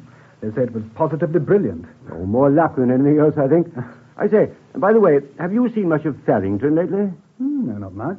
I run into him around the wards occasionally. Why? I'm worried about him. He's been acting very strangely. Yesterday we met on the street and had a long chat. Oh, close to half an hour, I should say. This morning I met him in the corridor, and he seemed to have no recollection of the meeting or the conversation. Really? Well, that doesn't sound too good. He's working too hard. Perhaps we should ask Hobo to have a look at him. In a subtle way, of course. Yeah, might not be a bad idea. Farrington has a brilliant mind, and sometimes that kind of mind can... Yes, I know.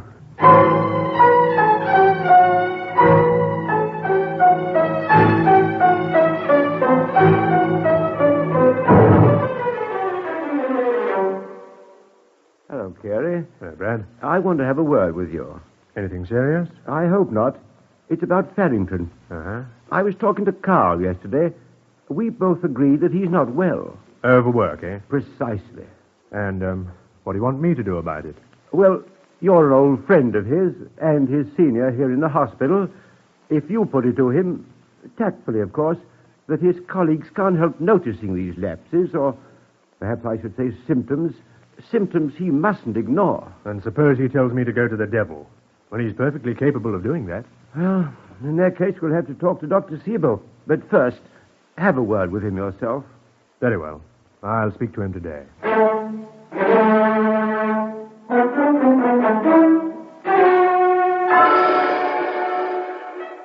After that, there was no longer any doubt in my mind. But I kept on. I was in the middle of a great experiment. I dared not stop now. My treatise, The Inner Brain, created great comment, and the local medical society wished to pay its respects to my work. So they gave me a banquet. I suspected that afterward the doctors would broach the subject of arrest, a short leave of absence. Hobo was there, observing me closely. Gentlemen, it gives me great pleasure to present to you our honored guest, Dr. John Farrington. Gentlemen, friends and colleagues, I can't begin to tell you how deeply moved I am at this magnificent gesture. We of the medical profession do not seek honor, only knowledge. And all of you here have made contributions to medicine and science. Only the future shall prove just how great those contributions are. As you know, I've chosen the brain. It's a fascinating subject, one that we know so little about. We are like babes in the woods, wandering in a maze of minute, complex circuits, which in their own unknown way cause us to think, to memorize and retain what we've learned. To speak distinctly, walk straight, to balance ourselves on a bicycle or in an airplane. It's not too strange, too difficult to conceive that if but one, just one small part of this complicated machinery ceases to function in the normal way, our entire thought process becomes jumbled and plays tricks on us. For example,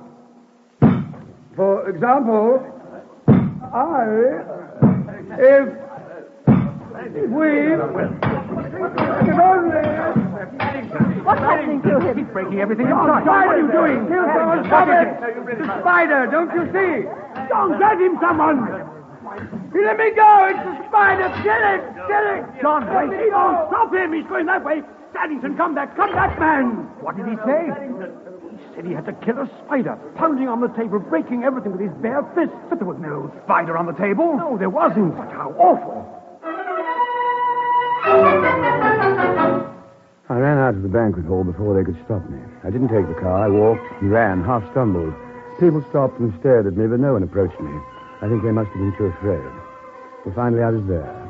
I stopped for a moment outside and looked at the house. They were in there, I knew it. Carol and Jim. I smoothed my hair with my hands and tried to compose myself. And slowly I walked up to the door. And for a moment I was struck with panic. Suppose they'd heard. What if one of the doctors had called them from the banquet and warned them? But no. Carol came to the door. Why, John, I thought you were at the dinner at the... Yes, I was. May I come in? I must see Jim for a moment. It's urgent. Why, of course. Who is it, Carol? It's John, dear. He wants to see you. Oh, I'll be right out. Half a minute. Why, well, sit down, John. You look as white as a sheet. No, I won't sit down. Well, what's so important at this hour, John? We don't keep doctor's hours, you know. John, what are you doing?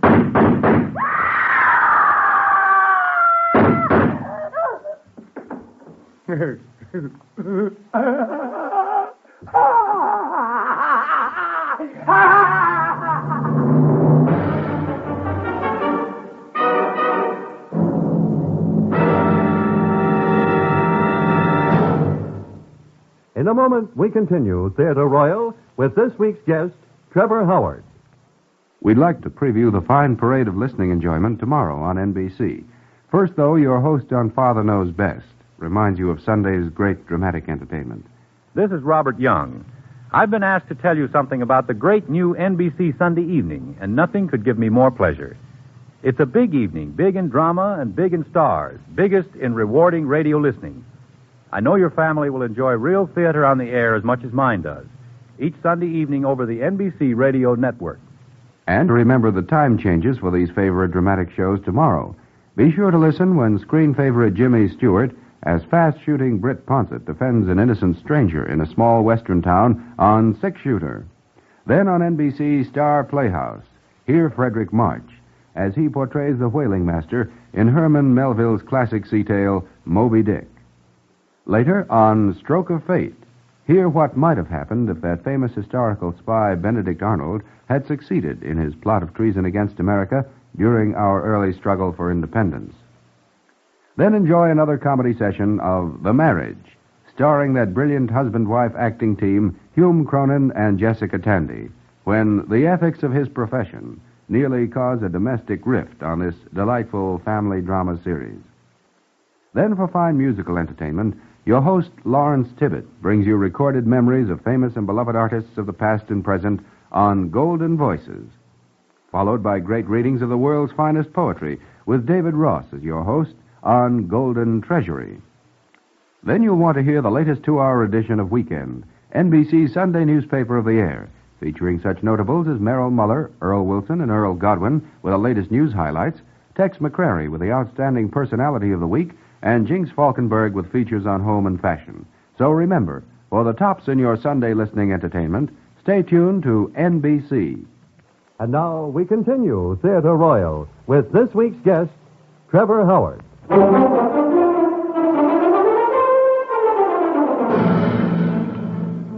Yes, I shot and killed Jim Foster. His wife, Carol, just stood there screaming, and then she fainted. What did I do? Let me see if I can remember. I looked at Jim, lying there crumpled at my feet. He was quite dead. He'd almost have to be with 5 bullets in his heart. I walked over and examined Carol, and her pulse was fast but regular. For a moment, I was afraid the shock might have killed her, too. Then I became conscious of the smoking revolver in my hand. I dropped it like a hot coal. And then I sat down. I don't know how long I sat there. That vast mechanism inside the thing we call the brain was working excitedly. Later, some neighbors came in. They found us there. Carol and Jim on the floor and me sitting in a chair mumbling to myself. They took me away. Yes, they took me to the police station. They put me in the psychopathic ward. And the humor of it struck me at the time. That I, John Farrington, the eminent psychiatrist, the one man generally recognized as being an authority on psychosis, locked up in the psychopathic ward of the county jail. And then they sent for Dr. Hobo to examine me. And poor old doddering Hobo. He'd been in a class of mine for postgraduate work. He was the county psychiatrist. The knowledge of what he had to do made him nervous, almost afraid. Sure you'll be all right, Doctor? He said nothing's a proof cake, you know. Yes, I'll be all right, thank you. Now, just wait outside. Okay, sir. Hello, Farrington. Oh, Hobo, isn't it? Yes, that's right. I don't quite know how to begin. It's all right. They've told me what I did. You have no recollection of your actions? None, whatever. Farrington, there's no use speaking about the bush. I'm not half as qualified to diagnose your case as you are yourself. What made you do it? Well, I don't know. Carol and Jim were my best friends. Well, something went wrong, of course, up here. Only I knew. Mrs. Foster tells us that a few weeks ago you told her you were in love with her. You remember that? Well, yes, I've always been in love with Carol. It's not what you think. I wouldn't kill Jim for her. Many men have killed for love. Yes, of course, but they were either premeditated murders or killings born of a sudden passion. In my case... I'm amazed at your cool analysis of this. Well, it's just that I'm trying to fathom myself. How could I, a man who's always been as sane as normal as it's possible to be, suddenly... How is Carol? She must hate me. No, I don't think so. You see, Farrington, everyone's convinced that you're ill, that you didn't know what you were doing. They believe you're dangerous to society and yourself. You might suffer another of these attacks. Oh, yes, of course. Hobo? Yes? Do you think Carol would come to see me? I'll ask her. It might be good if she did. Well, yes, I'm sure it would. You see, I must explain to her. I must try to make her understand. Ask her, Hobo. Tell her she needn't be afraid to come. I won't harm her. I'm quite sure of that, Farrington. Yes, I'll keep a guard in the room, just in case I should, begin to feel strangely. You won't feel strangely, Farrington. Well, how can you be sure? Intuition. I'm not the psychiatrist you are, but I don't quite agree with everyone's opinion about you. What do you mean? I mean, I don't believe there's anything wrong with you. You're faking, Farrington. The whole thing's a gigantic plot. Plot? You're no more ill than I am. I wish I could believe you. I think it's far more important that when you come to trial, the jury believes.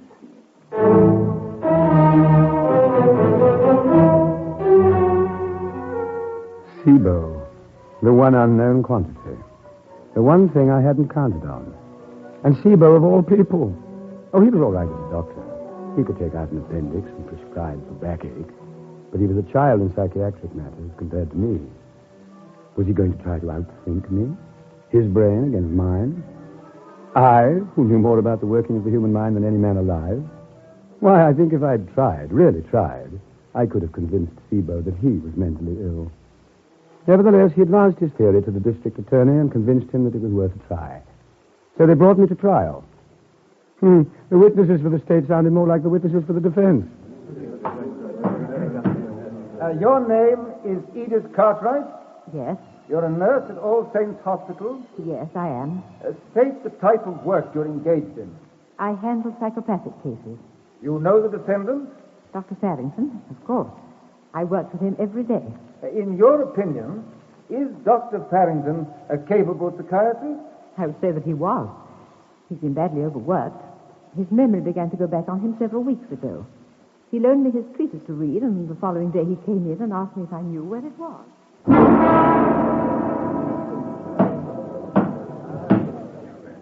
Your name, sir? Dr. Bradley Newmark. You are on the staff of All Saints Hospital? I am. In your opinion, Doctor, did the defendant show signs of mental derangement prior to the night of September 3rd? In my opinion, Dr. Farrington had worked himself into a psychopathic state and was not responsible for his actions for several weeks prior to the date you mentioned. But have you any specific examples to give the court? Several. The first was on an occasion when we met and had a long chat. The next day, Dr. Farrington seemed to have no recollection of it. Following a conversation with Dr. Newmark in which he suggested that I should try and persuade Dr. Farrington to take it easy, I spoke to him myself. He became quite excited. He told me that he was in the middle of a great experiment. Did you consider his reaction normal? His reaction was that of a sick man. And how did the interview end? He told me to go to the devil.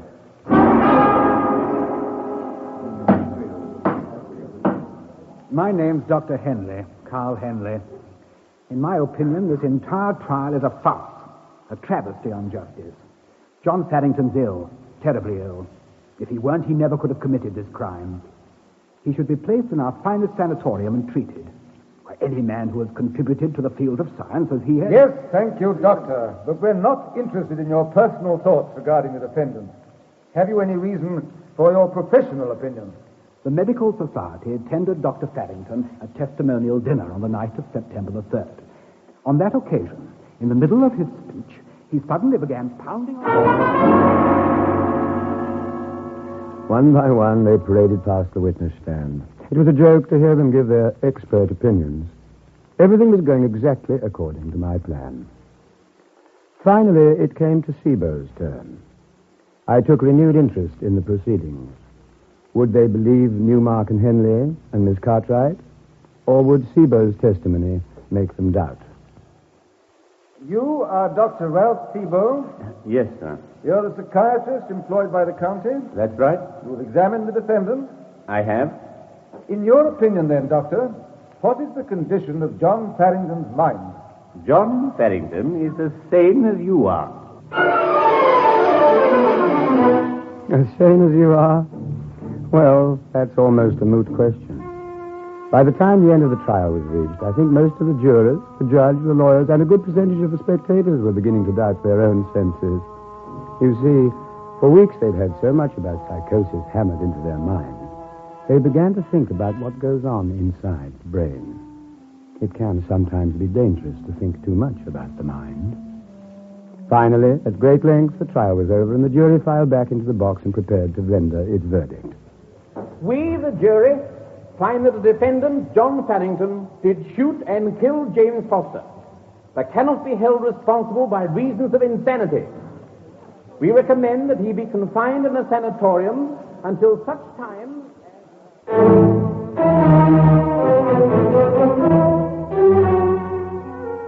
And so here I am now. It's a nice sanatorium, fine doctors. They use many of my own methods. I think they'll consider it a particularly fitting triumph when they find that they've succeeded in curing me with treatments that I've used and discovered. Now remember, I told you I didn't know the ending of the story. I don't know it, because it's only just now going to happen. I'm ready now to gain my freedom. Little by little, just as I planned my actions to convince them of my illness, I've been planning them now to convince them of my full and complete cure. It hasn't been at all bad here. Just a few months of rest, which I badly needed anyway. A small price to pay for killing a man and for getting a wife who couldn't have become mine any other way. Carol should be here at any moment. She's been coming regularly to see me. She doesn't hate me for killing Jim. As a matter of fact, I believe she's beginning to fall in love with me. Hello, John. Carol, you look ravishing. You're more beautiful every time I see you. You're looking better, too, John. Any attacks lately? No, none in weeks now. Carol. Yes? When they tell me that I'm all right again, do you suppose you could find it in your heart? Oh, it's so difficult for me to put into words. I understand, John. You know that next to Jim, I always loved you best. Carol. I must go now, John. They don't want me to tire you. I'll come again in a few days. Carol, darling, I'll have to get well quickly so we can be together always. Yes, John. Just as soon as you're completely well.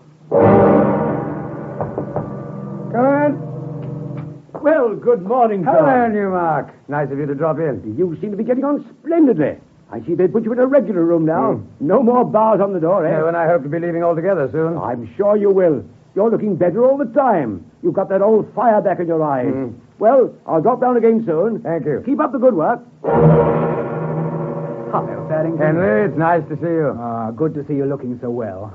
They tell me you'll be going home tomorrow. Yes, can't tell you how grateful I am. Nothing to be grateful for, Dr. Farrington. After all, it was your treatment that cured you. Now you'll be able to carry on just where you left off. It will be wonderful to get back to work again. Well, we're looking forward to it. Oh, by the way, Miss Cartwright sends her greetings. Oh, thank you. I'll see you at the hospital. Right. Bye-bye. Bye. Hello, Farrington. What? It's me, Farrington. Sibo. You remember me, don't you? Oh, yes. Sibo. I'm all right, Sibo. I'm all right. You've got to make them understand. I'm well. I'm not crazy. I'm well. They're going to let me go home. They've taken the bars away, Sibo. Sibo, tell them. Taken the bars away? Sibo.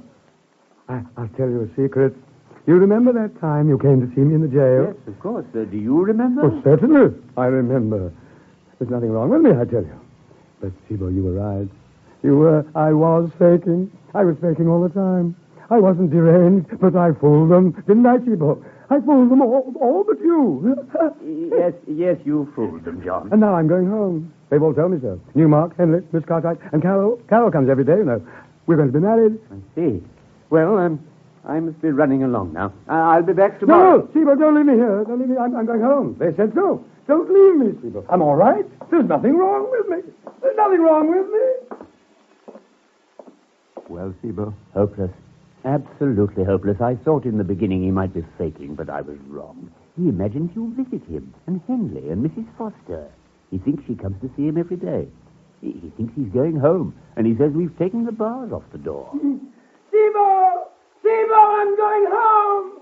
I'm going home! No bars on the door! No bars! No bars! Sibo, let me out of here! I'm sane, I tell you! I'm as sane as you are.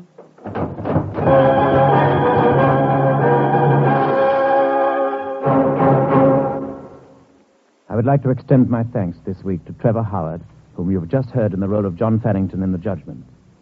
As usual, too, I'm sure you'd like me to express your appreciation to our excellent supporting cast. In next week's program, I myself shall have the pleasure of appearing for you in a story of my own choice, when I hope to have the pleasure of your company. Until then, au revoir, and thank you.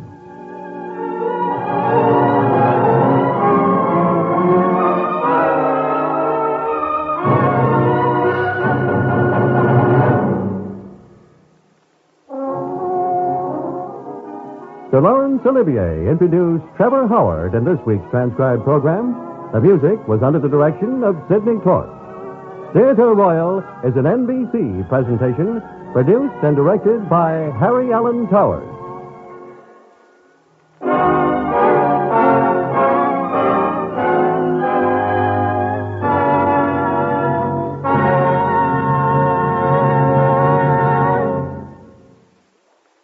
Hear Hollywood Story with Ida Lupino next on the NBC Radio Network.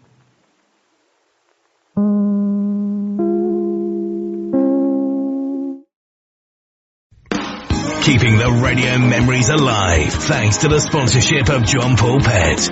Pet care with a salon pedigree. Visit jppet.com today.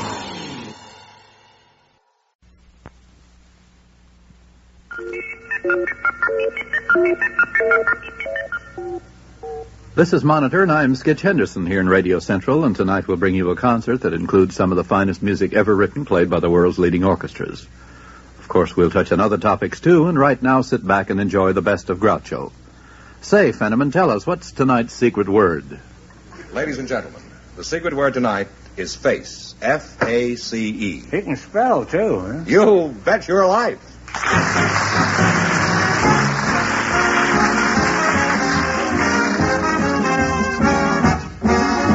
National Broadcasting Company presents Groucho Marx in The Best of Groucho, the comedy quiz show transcribed from Hollywood. And now, here he is, the one, the only...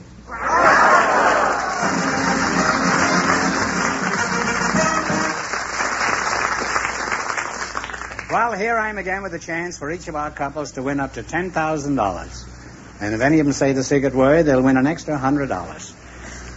And Groucho will meet our first couple in just a moment. A man with a crystal ball. That's what fellow newsmen and laymen alike have called NBC's Alex Dreyer. During the dark days of World War II, Alex Dreyer called the turn of events on the fall of France, on the Nazi march into Russia, the Allied invasion of North Africa. He predicted to within 4 days the date of Germany's surrender. On the American political scene, his record has been equally impressive. How does he do it? Well, Alex Dreyer is a man on the go, searching out the source of news, getting the stories direct from the people who shape the course of events. Alex Dreyer, cited for distinguished service to American journalism, is typical of the top NBC newsmen who broadcast News on the Hour.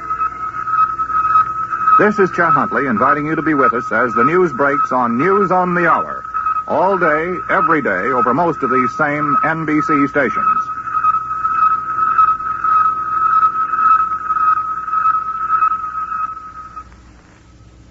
Groucho, Irene Schlunecker is waiting to speak to you now, and her partner is a special guest, one whom I think you'll find quite surprising, Mr. Truman Tomlin. So, folks, come in, please, and meet Groucho Marx. Well, welcome to You Bet Your Life. Say the secret word and divide an extra $100. It's a common word, something you always have with you. Truman Schlunecker and Irene Truman. Now, which one? Your name is Schlunecker? No, sir. Your name is Schlunecker? My name is Schlunecker. There isn't anybody named Schlunecker, and you know it. Me. Sind Sie verheiratet? Mm-hmm. To whom? Conrad Schlunecker. Now, what was your maiden name? Spear. And you let go of a name like that to trade it for Schlunecker? You're a brave woman, Irene. Huh? And you're Truman Schlunecker, huh? No, sir. You're Truman Tomlin, Tomlin, huh? Yes, sir. Truman and Schlunecker, huh? Sounds like the Democratic ticket in 1948. What sort of work do you do, Truman? For the past 10 years, Groucho, I've been in the oil business. Out here in Los Angeles, I have an office in Beverly Hills. Oh, well, there's a lot of oil in L.A., and most of it comes from the city council. Well, have you always been in this crooked business? Well, no, sir. I was in show business, Groucho, for Oh, you were in years. another crooked business. Yes, sir. You've led a pretty shady life, haven't you? I was a singer and wrote several songs. A songwriter? Yes, sir. Truman Tomlin. Tomlin. Oh. Now, just a moment. Are you Pinky Tomlin? Yes, sir.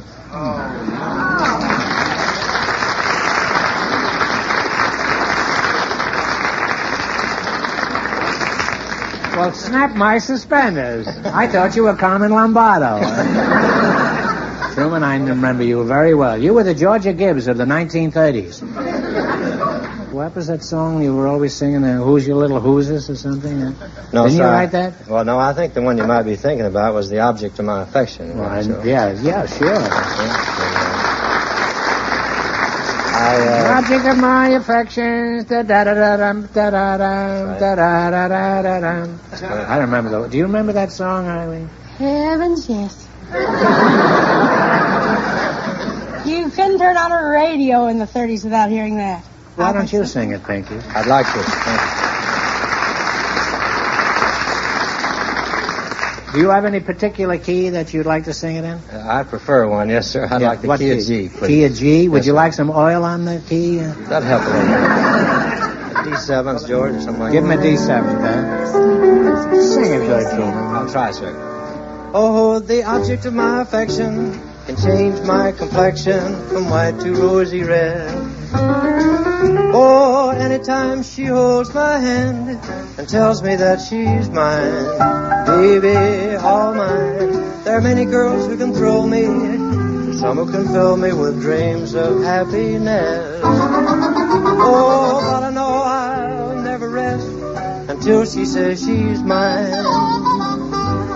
Oh, now I'm not afraid that she'll leave me, 'cause she's not the kind who'll be unfair. But instead I trust her implicitly.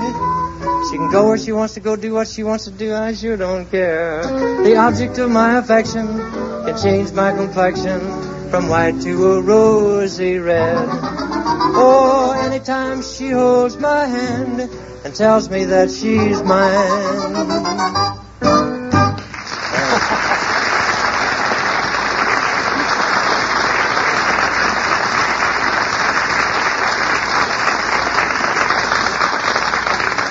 That song is as good today as it was 25 years ago, and it's a vast improvement over the many songs that you hear now. Bless you. I appreciate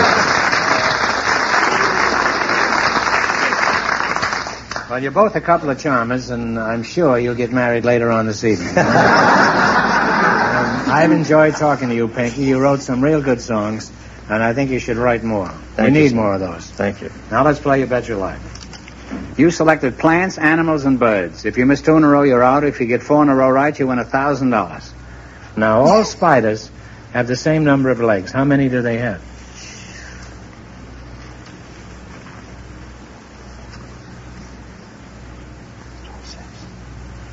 6. Very close. It's 8. Well, that I mean, goodness. works out to 3. You now have 1 wrong. Now, what kind of fruit is a Rome beauty? An apple. I was going to say Lola Lala Brigida. An apple is right, huh? Well, you're on the right track again. You have 1 right. What is the proper word for a group of fish?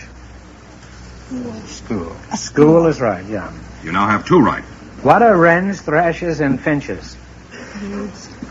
They're birds. I thought that was a law firm, huh? That's right. You now have 3 right. Get the next one right, and the $1,000 is yours. What do you call a flower that blooms and dies in one season? In other words, it requires replanting each year. An annual. Annual is right. You got 4 in a row, you win $1,000.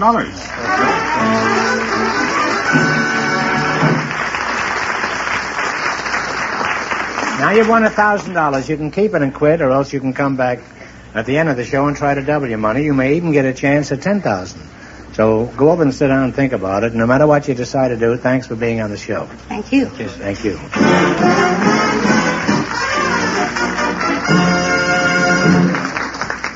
In just a moment, our second couple will join Groucho to play You Bet Your Life. If you throw paper in the street, you're a litter bug. If you don't keep our beaches neat, You're a litter bug. If you throw litter from your car, a litter bug is what you are. If you throw litter anywhere, street, beach, or in the air, you're a litter bug. I'm Bill Holden, folks, and what I have to say is aimed at me as much as you. We live in a beautiful area, and it's up to us to keep it that way. Keep it clean. Let's face it, if we're not litter bugs, there won't be any litter. So let's work together to make our roads, parks, beaches, and streets the cleanest in the world. It's up to you and me. If you throw paper in the street, you're a litter bug. if you don't keep our beaches neat, You're a litter bug. If you throw litter from your car, a litter bug is what you are. If you throw litter anywhere, street, beach, or in the air, you're a litter bug. Groucho, we have Nancy Oots and Frank Sampson on deck. So, folks, you in, please, and meet Groucho Marx. Welcome to You Bet Your Life. Say the secret word and divide an extra $100. It's a common word, something you will always have with you. Nancy Oots, eh? Where did you get a name like Oots? Well, we traced it back, and it's a German name. We traced it back 6, 7 generations. Was your father a Quaker? Perhaps it was Quaker Roots. Well, I certainly can't continue to call you Miss Oots. Shall I just call you Nancy? No, why don't you call me by my nickname, Tootsie? Oh. How would it be if I'd call you in the morning? Huh? Tootsie Ootsy, is that it? Yeah, Tootsie Oots. Yeah. Oh, well, that's a most unusual name, even for this show. Let's see, you're Frank Oots, is that your name? No, I'm Frank Sampson. Frank Sampson? Yes. Well, that name fits you. You look strong and hale and hearty. Are you an ex-football player? No, I'm a Tree surgeon, Groucho. Oh. The Sampson Tree Service in Beverly Hills. What kind of service do you give the trees? Do you check the tires on the rubber tree, for instance? Well, no, ours is kind of a shady business, and I'm trying to turn over a new leaf. And we do everything from trimming trunks to pruning limbs on nice saplings. Oh.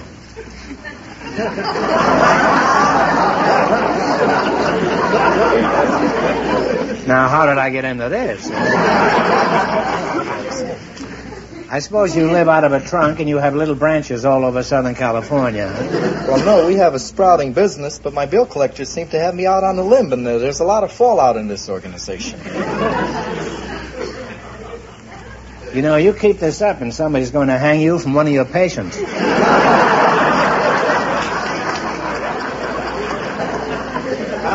I thought we'd never get out of the woods. Do you have a job, Tootsie? Yeah, I'm a stewardess for United Airlines. You stewed with United Airlines, huh? I thought they only allowed 2 drinks to a passenger. That's right. Well, I'm a stewardess. Oh, you're a Yeah. steward. I don't hear very You well. don't. See, my collar is too tight. You know, if you were actually a stewardess in an airline, as soon as you walked out here, you'd have put a pillow under my head, shoved a plate of baked chicken on my lap, and said, sorry, we'd be 3 hours late getting into Salt Lake City. No, I wouldn't have done that. You wouldn't? Because I don't fly to Salt Lake City. Tootsie, are you for Hirat? Sir? Well, let me rephrase that. Yeah, you do that. Are you hooked?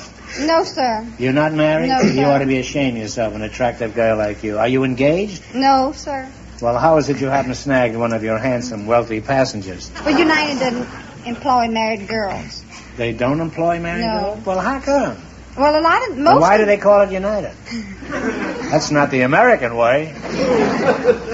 Why don't they employ married girls? Well, most of the airlines have this rule. Oh, well, that's ridiculous. If all employers adopted that attitude, the human race would disappear in 50 years.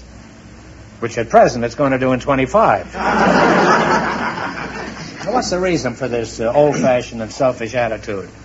Well, they figure that if you're married and you have to stay over in Denver somewhere, that you'll be concerned about your husband. See? Why should an airline stewardess worry more than any other wife? Well, look, other wives are home, you see, when their husbands come in. That's what you think, eh? Good many of them are still at the bingo table. Playing for frozen dinners.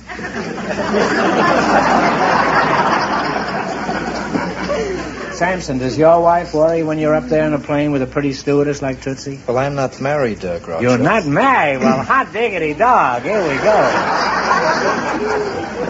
You say you're not married? What kind of a girl are you after? Well, a nice feminine type.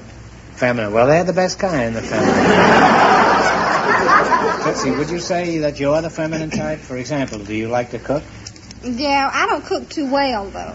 I cook grits real well. Grits?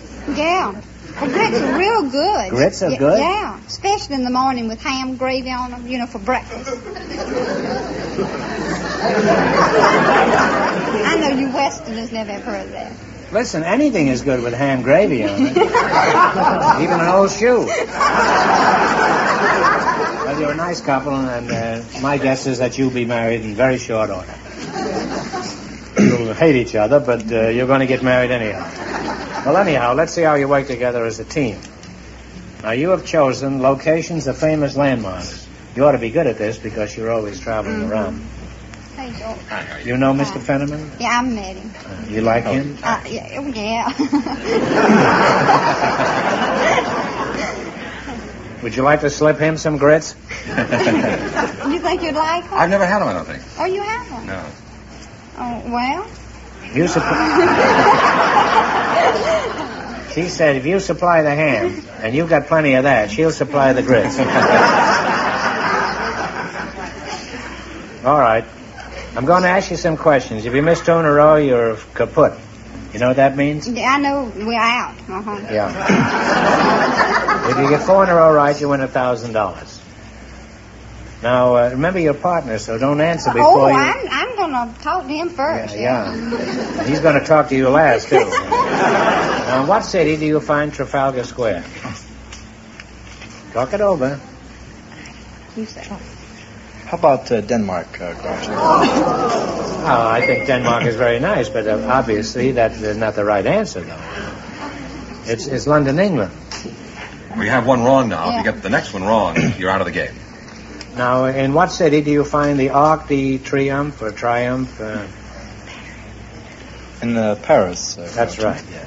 Now you're going. You have one right. Used to be in Denmark and moved. All right. Now, in what country would you find Monte Carlo, the Monte Carlo Resort? In what country? Now, that's been in the news a lot. France? No, I'm sorry. It's Monaco. They moved it from Denmark. You now have one wrong. Yeah. Get the next one wrong and you're out of the game. Okay. Now, in what country would you find the Kiel Canal? Kiel.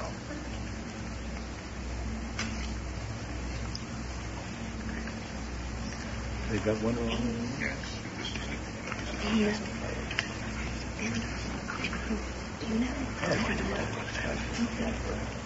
Should we try Finland? Finland, Groucho. No, it's Germany. Germany. Well, you missed 2 in a row, Yeah, and I don't think there was much chance of you getting 4 in a row right.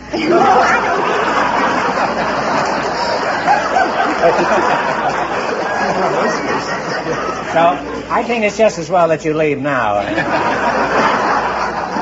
We don't want you to go away broke because we like you personally, but we're real cute, and I hope you two do get married, and you can be up in the tree together. Yeah. I'm going to ask you one question for $100. Is that fair? That's fair.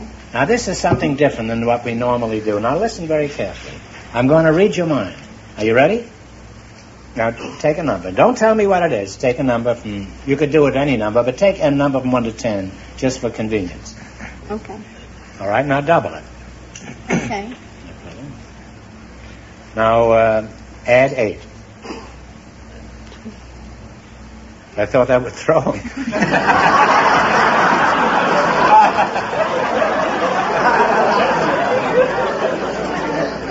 Now divide it by 2, the total that you have.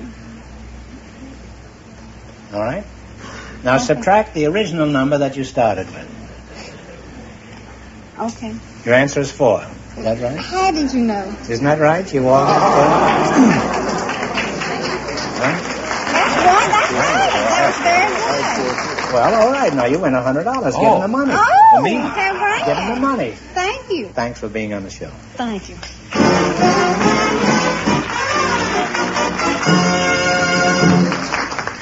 We'll find out if our first couple will try for $10,000 in just a moment. Hey, Joe, is that man in the control room just trying to be friendly with you, or is he trying to attract your attention for some other reason, huh? Oh, for heaven's sakes, he's signaling we're on the air. But it isn't time for the Red Foley show yet. Well, we've got to do something. Wait, I know what we can do. A little advance advertising about this week's program. Hey, are you sure the station won't send us a bill? Not to me, anyway. It's called the Red Foley Show, you know, and all bills should be so addressed. Friends, tune in this Saturday for Red Foley and all the gang, America's most famous country music crew, with their wonderfully entertaining quarter hour of fun. That's this Saturday and every Saturday on this station. There, Red, that shouldn't cost over a few $100. Yeah, Joe, you're going to break me up.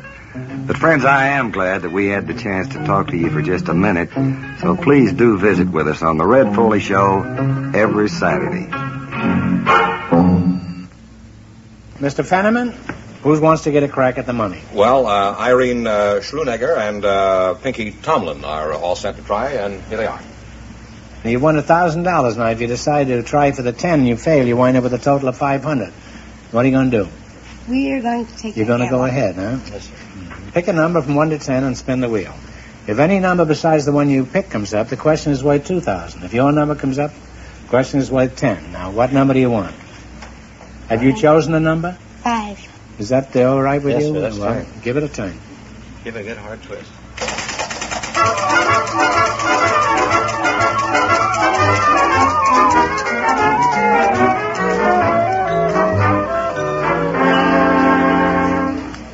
Well, you picked 5 and it came 2, so this question is worth $2,000. Let's see how well you read your newspaper. For $2,000, tell me who succeeded Charles Wilson as Secretary of Defense in 1957. This is fairly recent.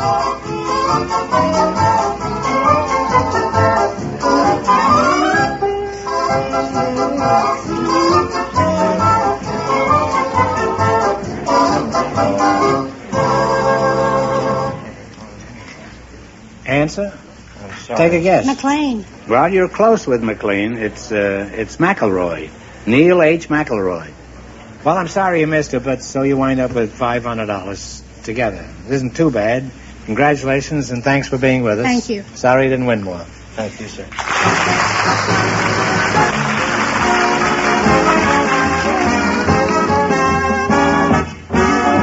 The Best of Groucho is transcribed in Hollywood, produced by John Goodell, directed by Robert Dwan and Bernie Smith, music by Jack Meakin.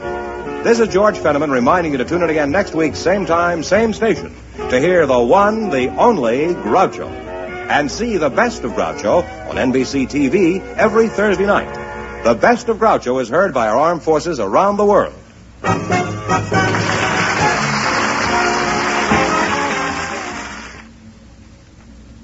Lee Bowman stars as a man in a hurry with nowhere to go in Local Talent tomorrow on the NBC Radio Theater over most of these same stations.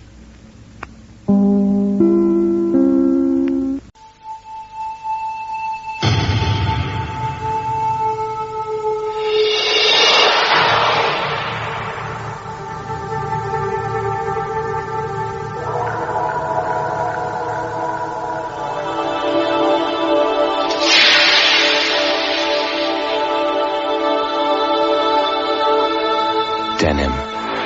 Aftershave. With After Effects. You know, cats have minds of their own. That's why we love them. They really do know what they like. Tibby. Tibby's a meat lover, and now he's easy to please with Kitty Cat meat and liver dinner. All the meat he loves, and tasty liver too. It might have been cooked specially for him. And Tabby? She's happier than ever. She likes both the Kitty Cat dinners. Now from Kitty Cat. Fish and liver and meat and liver dinners for your cat. Cats know it's good for them.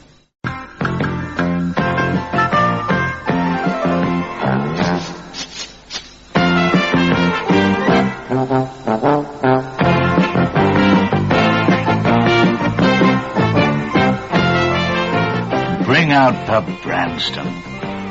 Because the crisp vegetables and the one and only tangy sauce in Branston pickle bring out the best in your food.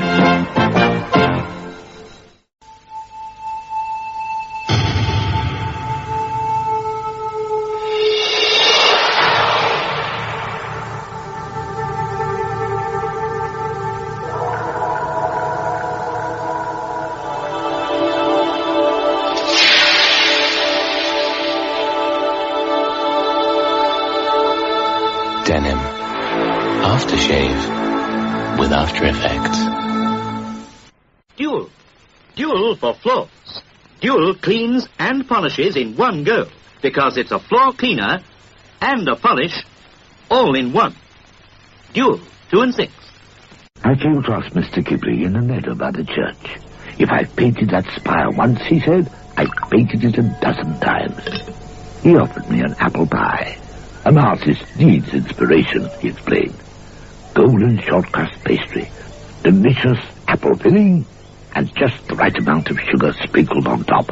But then, when it comes to the little details, Mr. Ghibli does have an exceedingly good eye.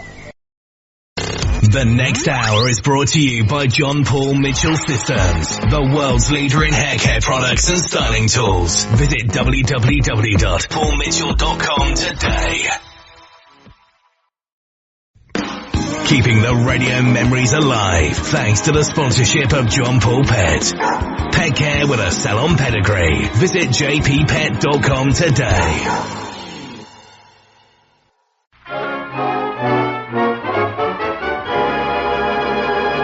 The Harold Perry Show.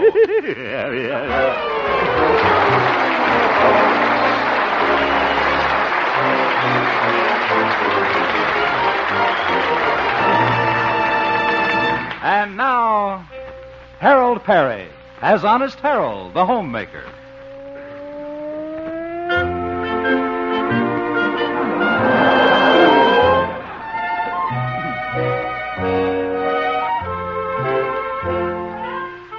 Well, let's see what's going on in the Honest Harold household this Saturday morning. It's breakfast time, and the pleasant aroma of coffee is in the air.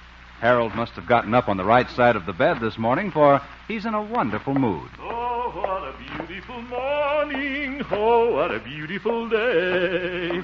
Well, good morning, Mother. Good morning, son. Beautiful morning, isn't it? It certainly is. Our little Marvin up yet? Oh, yes. He's had his breakfast already. He's in his room. Oh, well, I think I'll get the morning paper.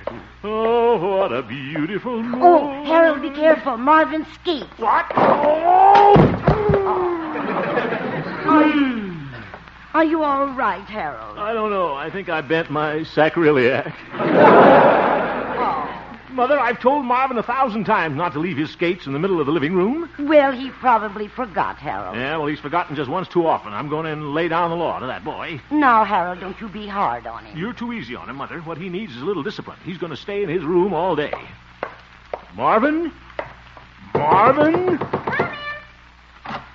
Young man? Good morning, Harold. Marvin, I just fell over your skates in the living room. Oh, you did? I thought I heard a noise.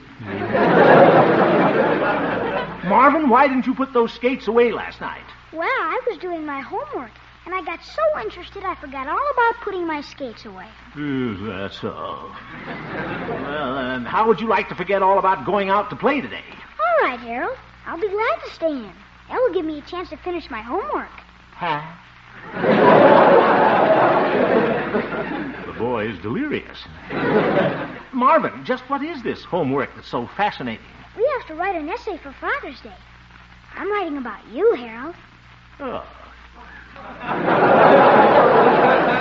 You are? You want to hear some of it? Well, all right. My cousin Harold is a wonderful man. Well. And he is very understanding. When I forget to do things, he never loses his temper. He's the nicest, kindest person I've ever known. Yeah. Harold, you really want me to stay in my room all day? Stay in your room? I was only kidding, Marvin. Why don't you go out and play? Gee, thanks. So long. Yeah, so long. Well, what a fine little fella. Imagine, the nicest, kindest person he's ever known. I wonder if he mentioned I'm kind to animals. Did you talk to Marvin, Harold? Oh, yes, I did, Mother. Are you going to make him stay in his room? Why, of course not. What? Yeah. I mean, I've changed my mind, Mother. You know something? Marvin wrote a little essay about me for Father's Day. Oh. Really wonderful having a boy around the house. It certainly is, Harold. Certainly glad Cousin Natalie left him here when she went on her buying trip to Paris, Mother. I hope she stays there for a long time. Hate to think of ever letting him go. So do I, Harold. And you know, you've done a fine job taking care of Marvin these past few months. Well, I don't know, Mother. Sometimes I haven't been as understanding as I should be. From now on, I'm going to be more patient with him. I'm going to remember that he's just a little boy. Yes, I know you will, Harold. Now, you better sit down and eat your breakfast before it gets cold. Yeah, all right. Well, pancakes and maple syrup. Mother, that looks... Who's that? Yeah. Come in. Why, it's Dr. Yancey. Hello, Harold. Well, hello, you old horse doctor. Good morning, Dr. Yancey. Good morning to you, Mrs. Ham. Stop that bowing, Doc. You're dunking your tie in my coffee. Oh, it's all right, Harold. It's a brown tie. Won't you sit down and have a bite, Doctor? Oh, I couldn't. I just had my breakfast. Good. But maybe I will have a cup of your wonderful coffee. Well, sit right down. Oh, thank you. I'll go in and warm up the coffee. And Harold, maybe Dr. Yancey would like a pancake. Care for a pancake, Doc? Oh, I couldn't. Okay. But maybe I will have one. Oh, well, here you are. What? Now, that one pancake looks awful lonesome on my plate. Maybe I'll just help myself to another one. Why don't you take the whole stack, Doc? All right, I will.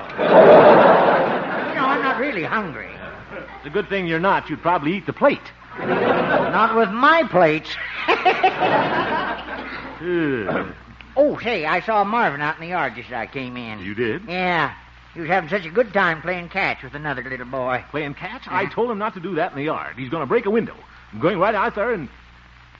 No, I'm not. What?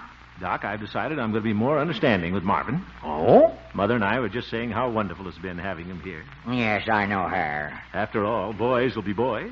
We weren't exactly angels when we were kids. Well, I certainly wasn't. I was real tough. Chewed gum and everything. Why, they used to call me Yucatan Yancey. Okay, Doc. Yes, sir, I was a regular rapscallion.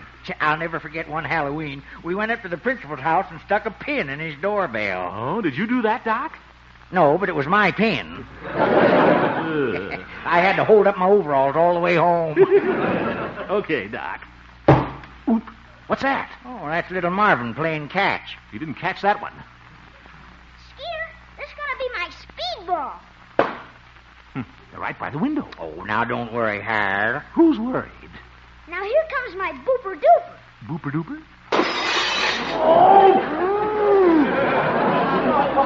It booped right through the window. Marvin, come right in the house, young man. Yes, sir. Just wait till that boy gets in here. I'll booper duper him. Oh, now, Har. Yeah? Remember, boys will be boys. Well, that's right, Doc. I forgot there for a minute. Sure. What if he did break a window? He only broke the glass. The frame is still good. Hi, Harold. Guess you're pretty mad at me. Mad? Huh? No. After all, accidents will happen. Huh? We all make mistakes. Gosh, Harold's delirious. I'll tell you what, my boy. I'll drive downtown and get another piece of glass and fix it as soon as I finish my pancakes. Har. Yes, Doc? I already finished the pancakes. Now, don't forget, Harold. Boys should be boys.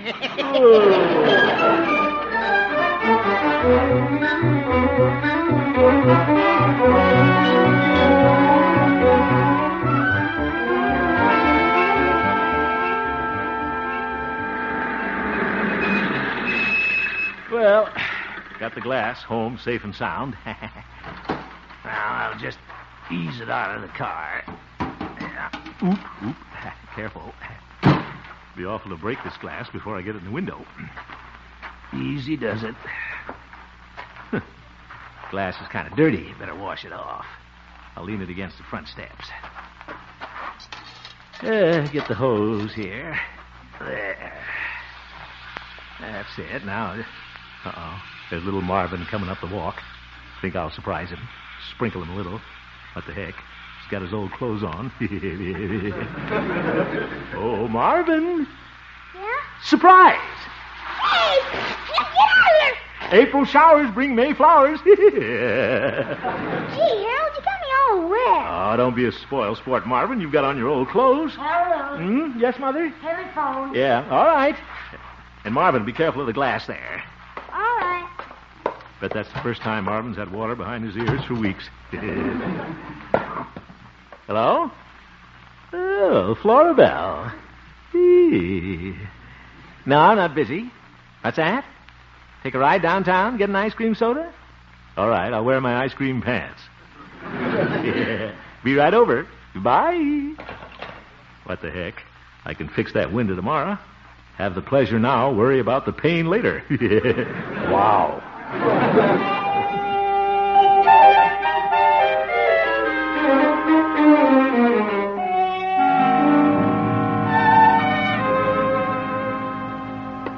Oh, what a beautiful morning.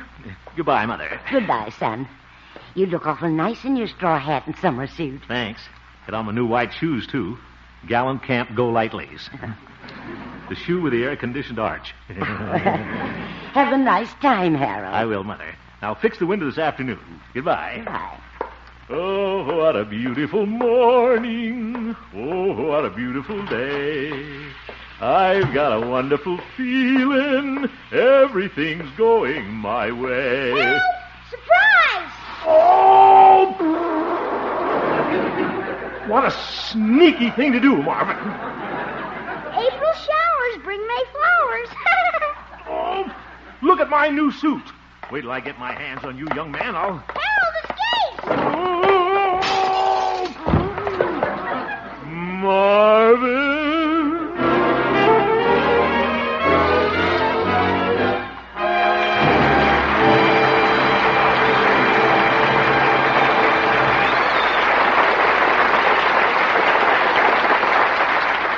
We will return for the second act of our story, Honest Harold, in just a moment. Gregory Peck is your star on Suspense, radio's outstanding theater of thrills, tomorrow night. Mr. Peck will star in a suspense drama as up-to-date as tonight's radio news, a story that deals with narcotics and sales to teenagers. Be listening for Gregory Peck when Suspense is heard tomorrow night on most of these same CBS stations. Be sure to listen for Harold Perry's Honesty Award announcement at the end of tonight's program. And now, back to Harold Perry as Honest Harold, the homemaker.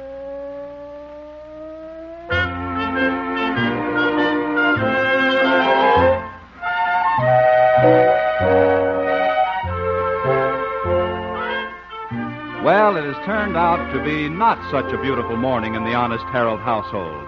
Harold lost his sense of humor when Marvin turned the tables and the hose on him. Yeah. He has just changed into dry clothes and is sitting in the living room in a damp mood. Harold, Yes, Mother? are you going to make Marvin stay in his room all day? I certainly am. That boy has got to learn respect for his elders. Getting me all wet like that. But, Harold, you sprinkled him first. Well, he had on his old clothes. I was all dressed up in my new white suit. Now it's ruined, too. Did the trousers shrink, Harold? They sure did. I'll have to dye them brown and wear them for Scoutmaster shorts. This would be such a nice day for Marvin to play outside, but I suppose you know best, Harold. Well, he has to be disciplined. And he thinks so much of you. Remember how we worked all last week in wood shop, making you that smoking stand? Well, it's pretty wobbly. Every time I put a pipe on it, it tips over. Why don't you make up with him? Well, all right, Mother. What the heck? I knew you would. Yeah, Mother's right. Silly to stay mad at little Marvin. He's really a swell boy. We're lucky to have him here. Marvin. Marvin. Hello, Marvin. Hello. How are you, my boy? I'm all right. Marvin, I just wanted you to know that I... You sprinkled me first. Yes, well... You sprinkled me first. Marvin, I know that. It wasn't fair. You sprinkled me first. Well, that's what I wanted to talk to you about, my boy. Just came in to say it was wrong of me to lose my temper. You don't have to stay in your room. I want you to run out and play. I don't want to. Go on now, like a good little boy. I don't want to. Marvin, go out and play. I don't want to. Can't you say anything else? You sprinkled me first. I give up. Well, I guess I'll go out and clean up that broken glass. What a mess. $1.98 shot to pieces. Better get down here and pick up what's left of it. Howdy, Harold. Oh, hello, Pete. What's the matter, boy? Drop your watch? Very funny. I heard about your little accident, Harold. Well, things certainly get around in this town. Yeah, it sounds like a classy act you do. Skating on one leg into a pane of glass. Must have been a real smash finish. All right, Pete. If Marvin hadn't It sprinkled... was your fault. You sprinkled him first. I know that. How is Marvin? Well, I kind of lost my temper, Pete, and told him to stay in his room. Tried to tell him I was sorry, but he wouldn't believe me. Ah, that's too bad. Pete, maybe if Marvin heard me telling you how sorry I am, he'd believe it. Harold, that is a idea. Yeah, come on. We'll go over and stand by his window. Gotcha, boy. Yeah. Now, here we are. Got the window closed. You'll have to talk kind of loud, Pete. Gotcha, boy. Pete, did I tell you what I did to Marvin? Well, sure, Harold. You just told me out in front. Pete, quiet. I forgot. Ain't I the dodo bird? Well, I'll do it this time, boy. Yeah. Tell me, Harold, what did you do to little Marvin? What an actor. Well, Pete, I sprinkled him with a hose. Then I got angry when he sprinkled me. Oh, my, you should not have done that. I should not have asked you to do this either. I hope Marvin knows how sorry I am. I lost my temper. I hope so, too. If he could only hear what you are saying. Pete, the wind is going up. Guess he heard us. Is that you, Marvin? Hello, Harold.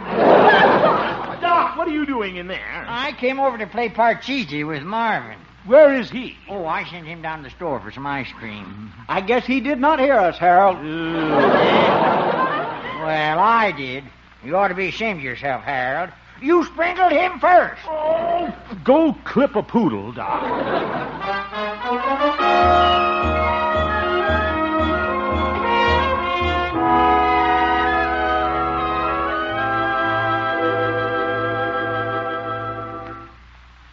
Well, Mother, I guess I'm not much of a success in raising a boy. No, Harold, you mustn't say that. Well, I made a lot of mistakes with little Marvin, not understanding him when I should. Who's that? Excuse me, Mother. Hello, Harold. Oh, hello, Gloria. Why aren't you working down at the radio station? Well, I wanted to come out and see you a minute. Oh, well, come on in. Oh, I can't stay. I just wanted to tell you something. Tell me something? Anything wrong, Gloria? Well, you got a telegram, Harold. They phoned it to me at the station. I thought I'd better come out and tell you the message. It's from Marvin's aunt. Marvin's aunt? Yes. She just got back from her buying trip in Paris. Harold, she's coming this afternoon to take Marvin back to Chicago. What? Take little Marvin away? I'm sorry, Harold. Yeah. Thanks for coming out to tell me, Gloria. Oh, that's all right. Well, I'd better be getting back. Bye, Harold. Bye, Gloria. Harold. You hear what Gloria said, Mother? Yes, I did, son. Well, we knew Marvin would have to leave us sometime. Guess I just didn't think it would happen so soon. Neither did I. Suppose Marvin will be glad to go back with Aunt Natalie after the way I treated him today. No, Harold. Well, Mother, you better go tell him to start packing.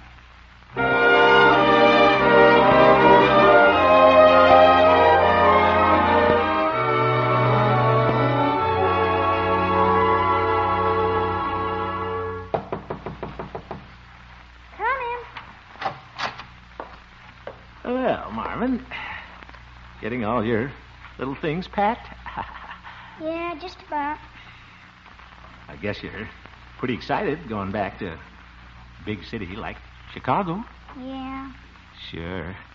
Melrose Springs is just a hick town anyway. You'll live in a nice apartment back there. Yeah, guess I will. Guess you'll be glad to get back with Aunt Natalie again, too. Mm-hmm. Marvin. Yeah? About me making you stay in your room today, just wanted you to know that, guess that's your Aunt Natalie now. Hello, Emily. Hello, Natalie. So nice to see you. Harold, Cousin Natalie.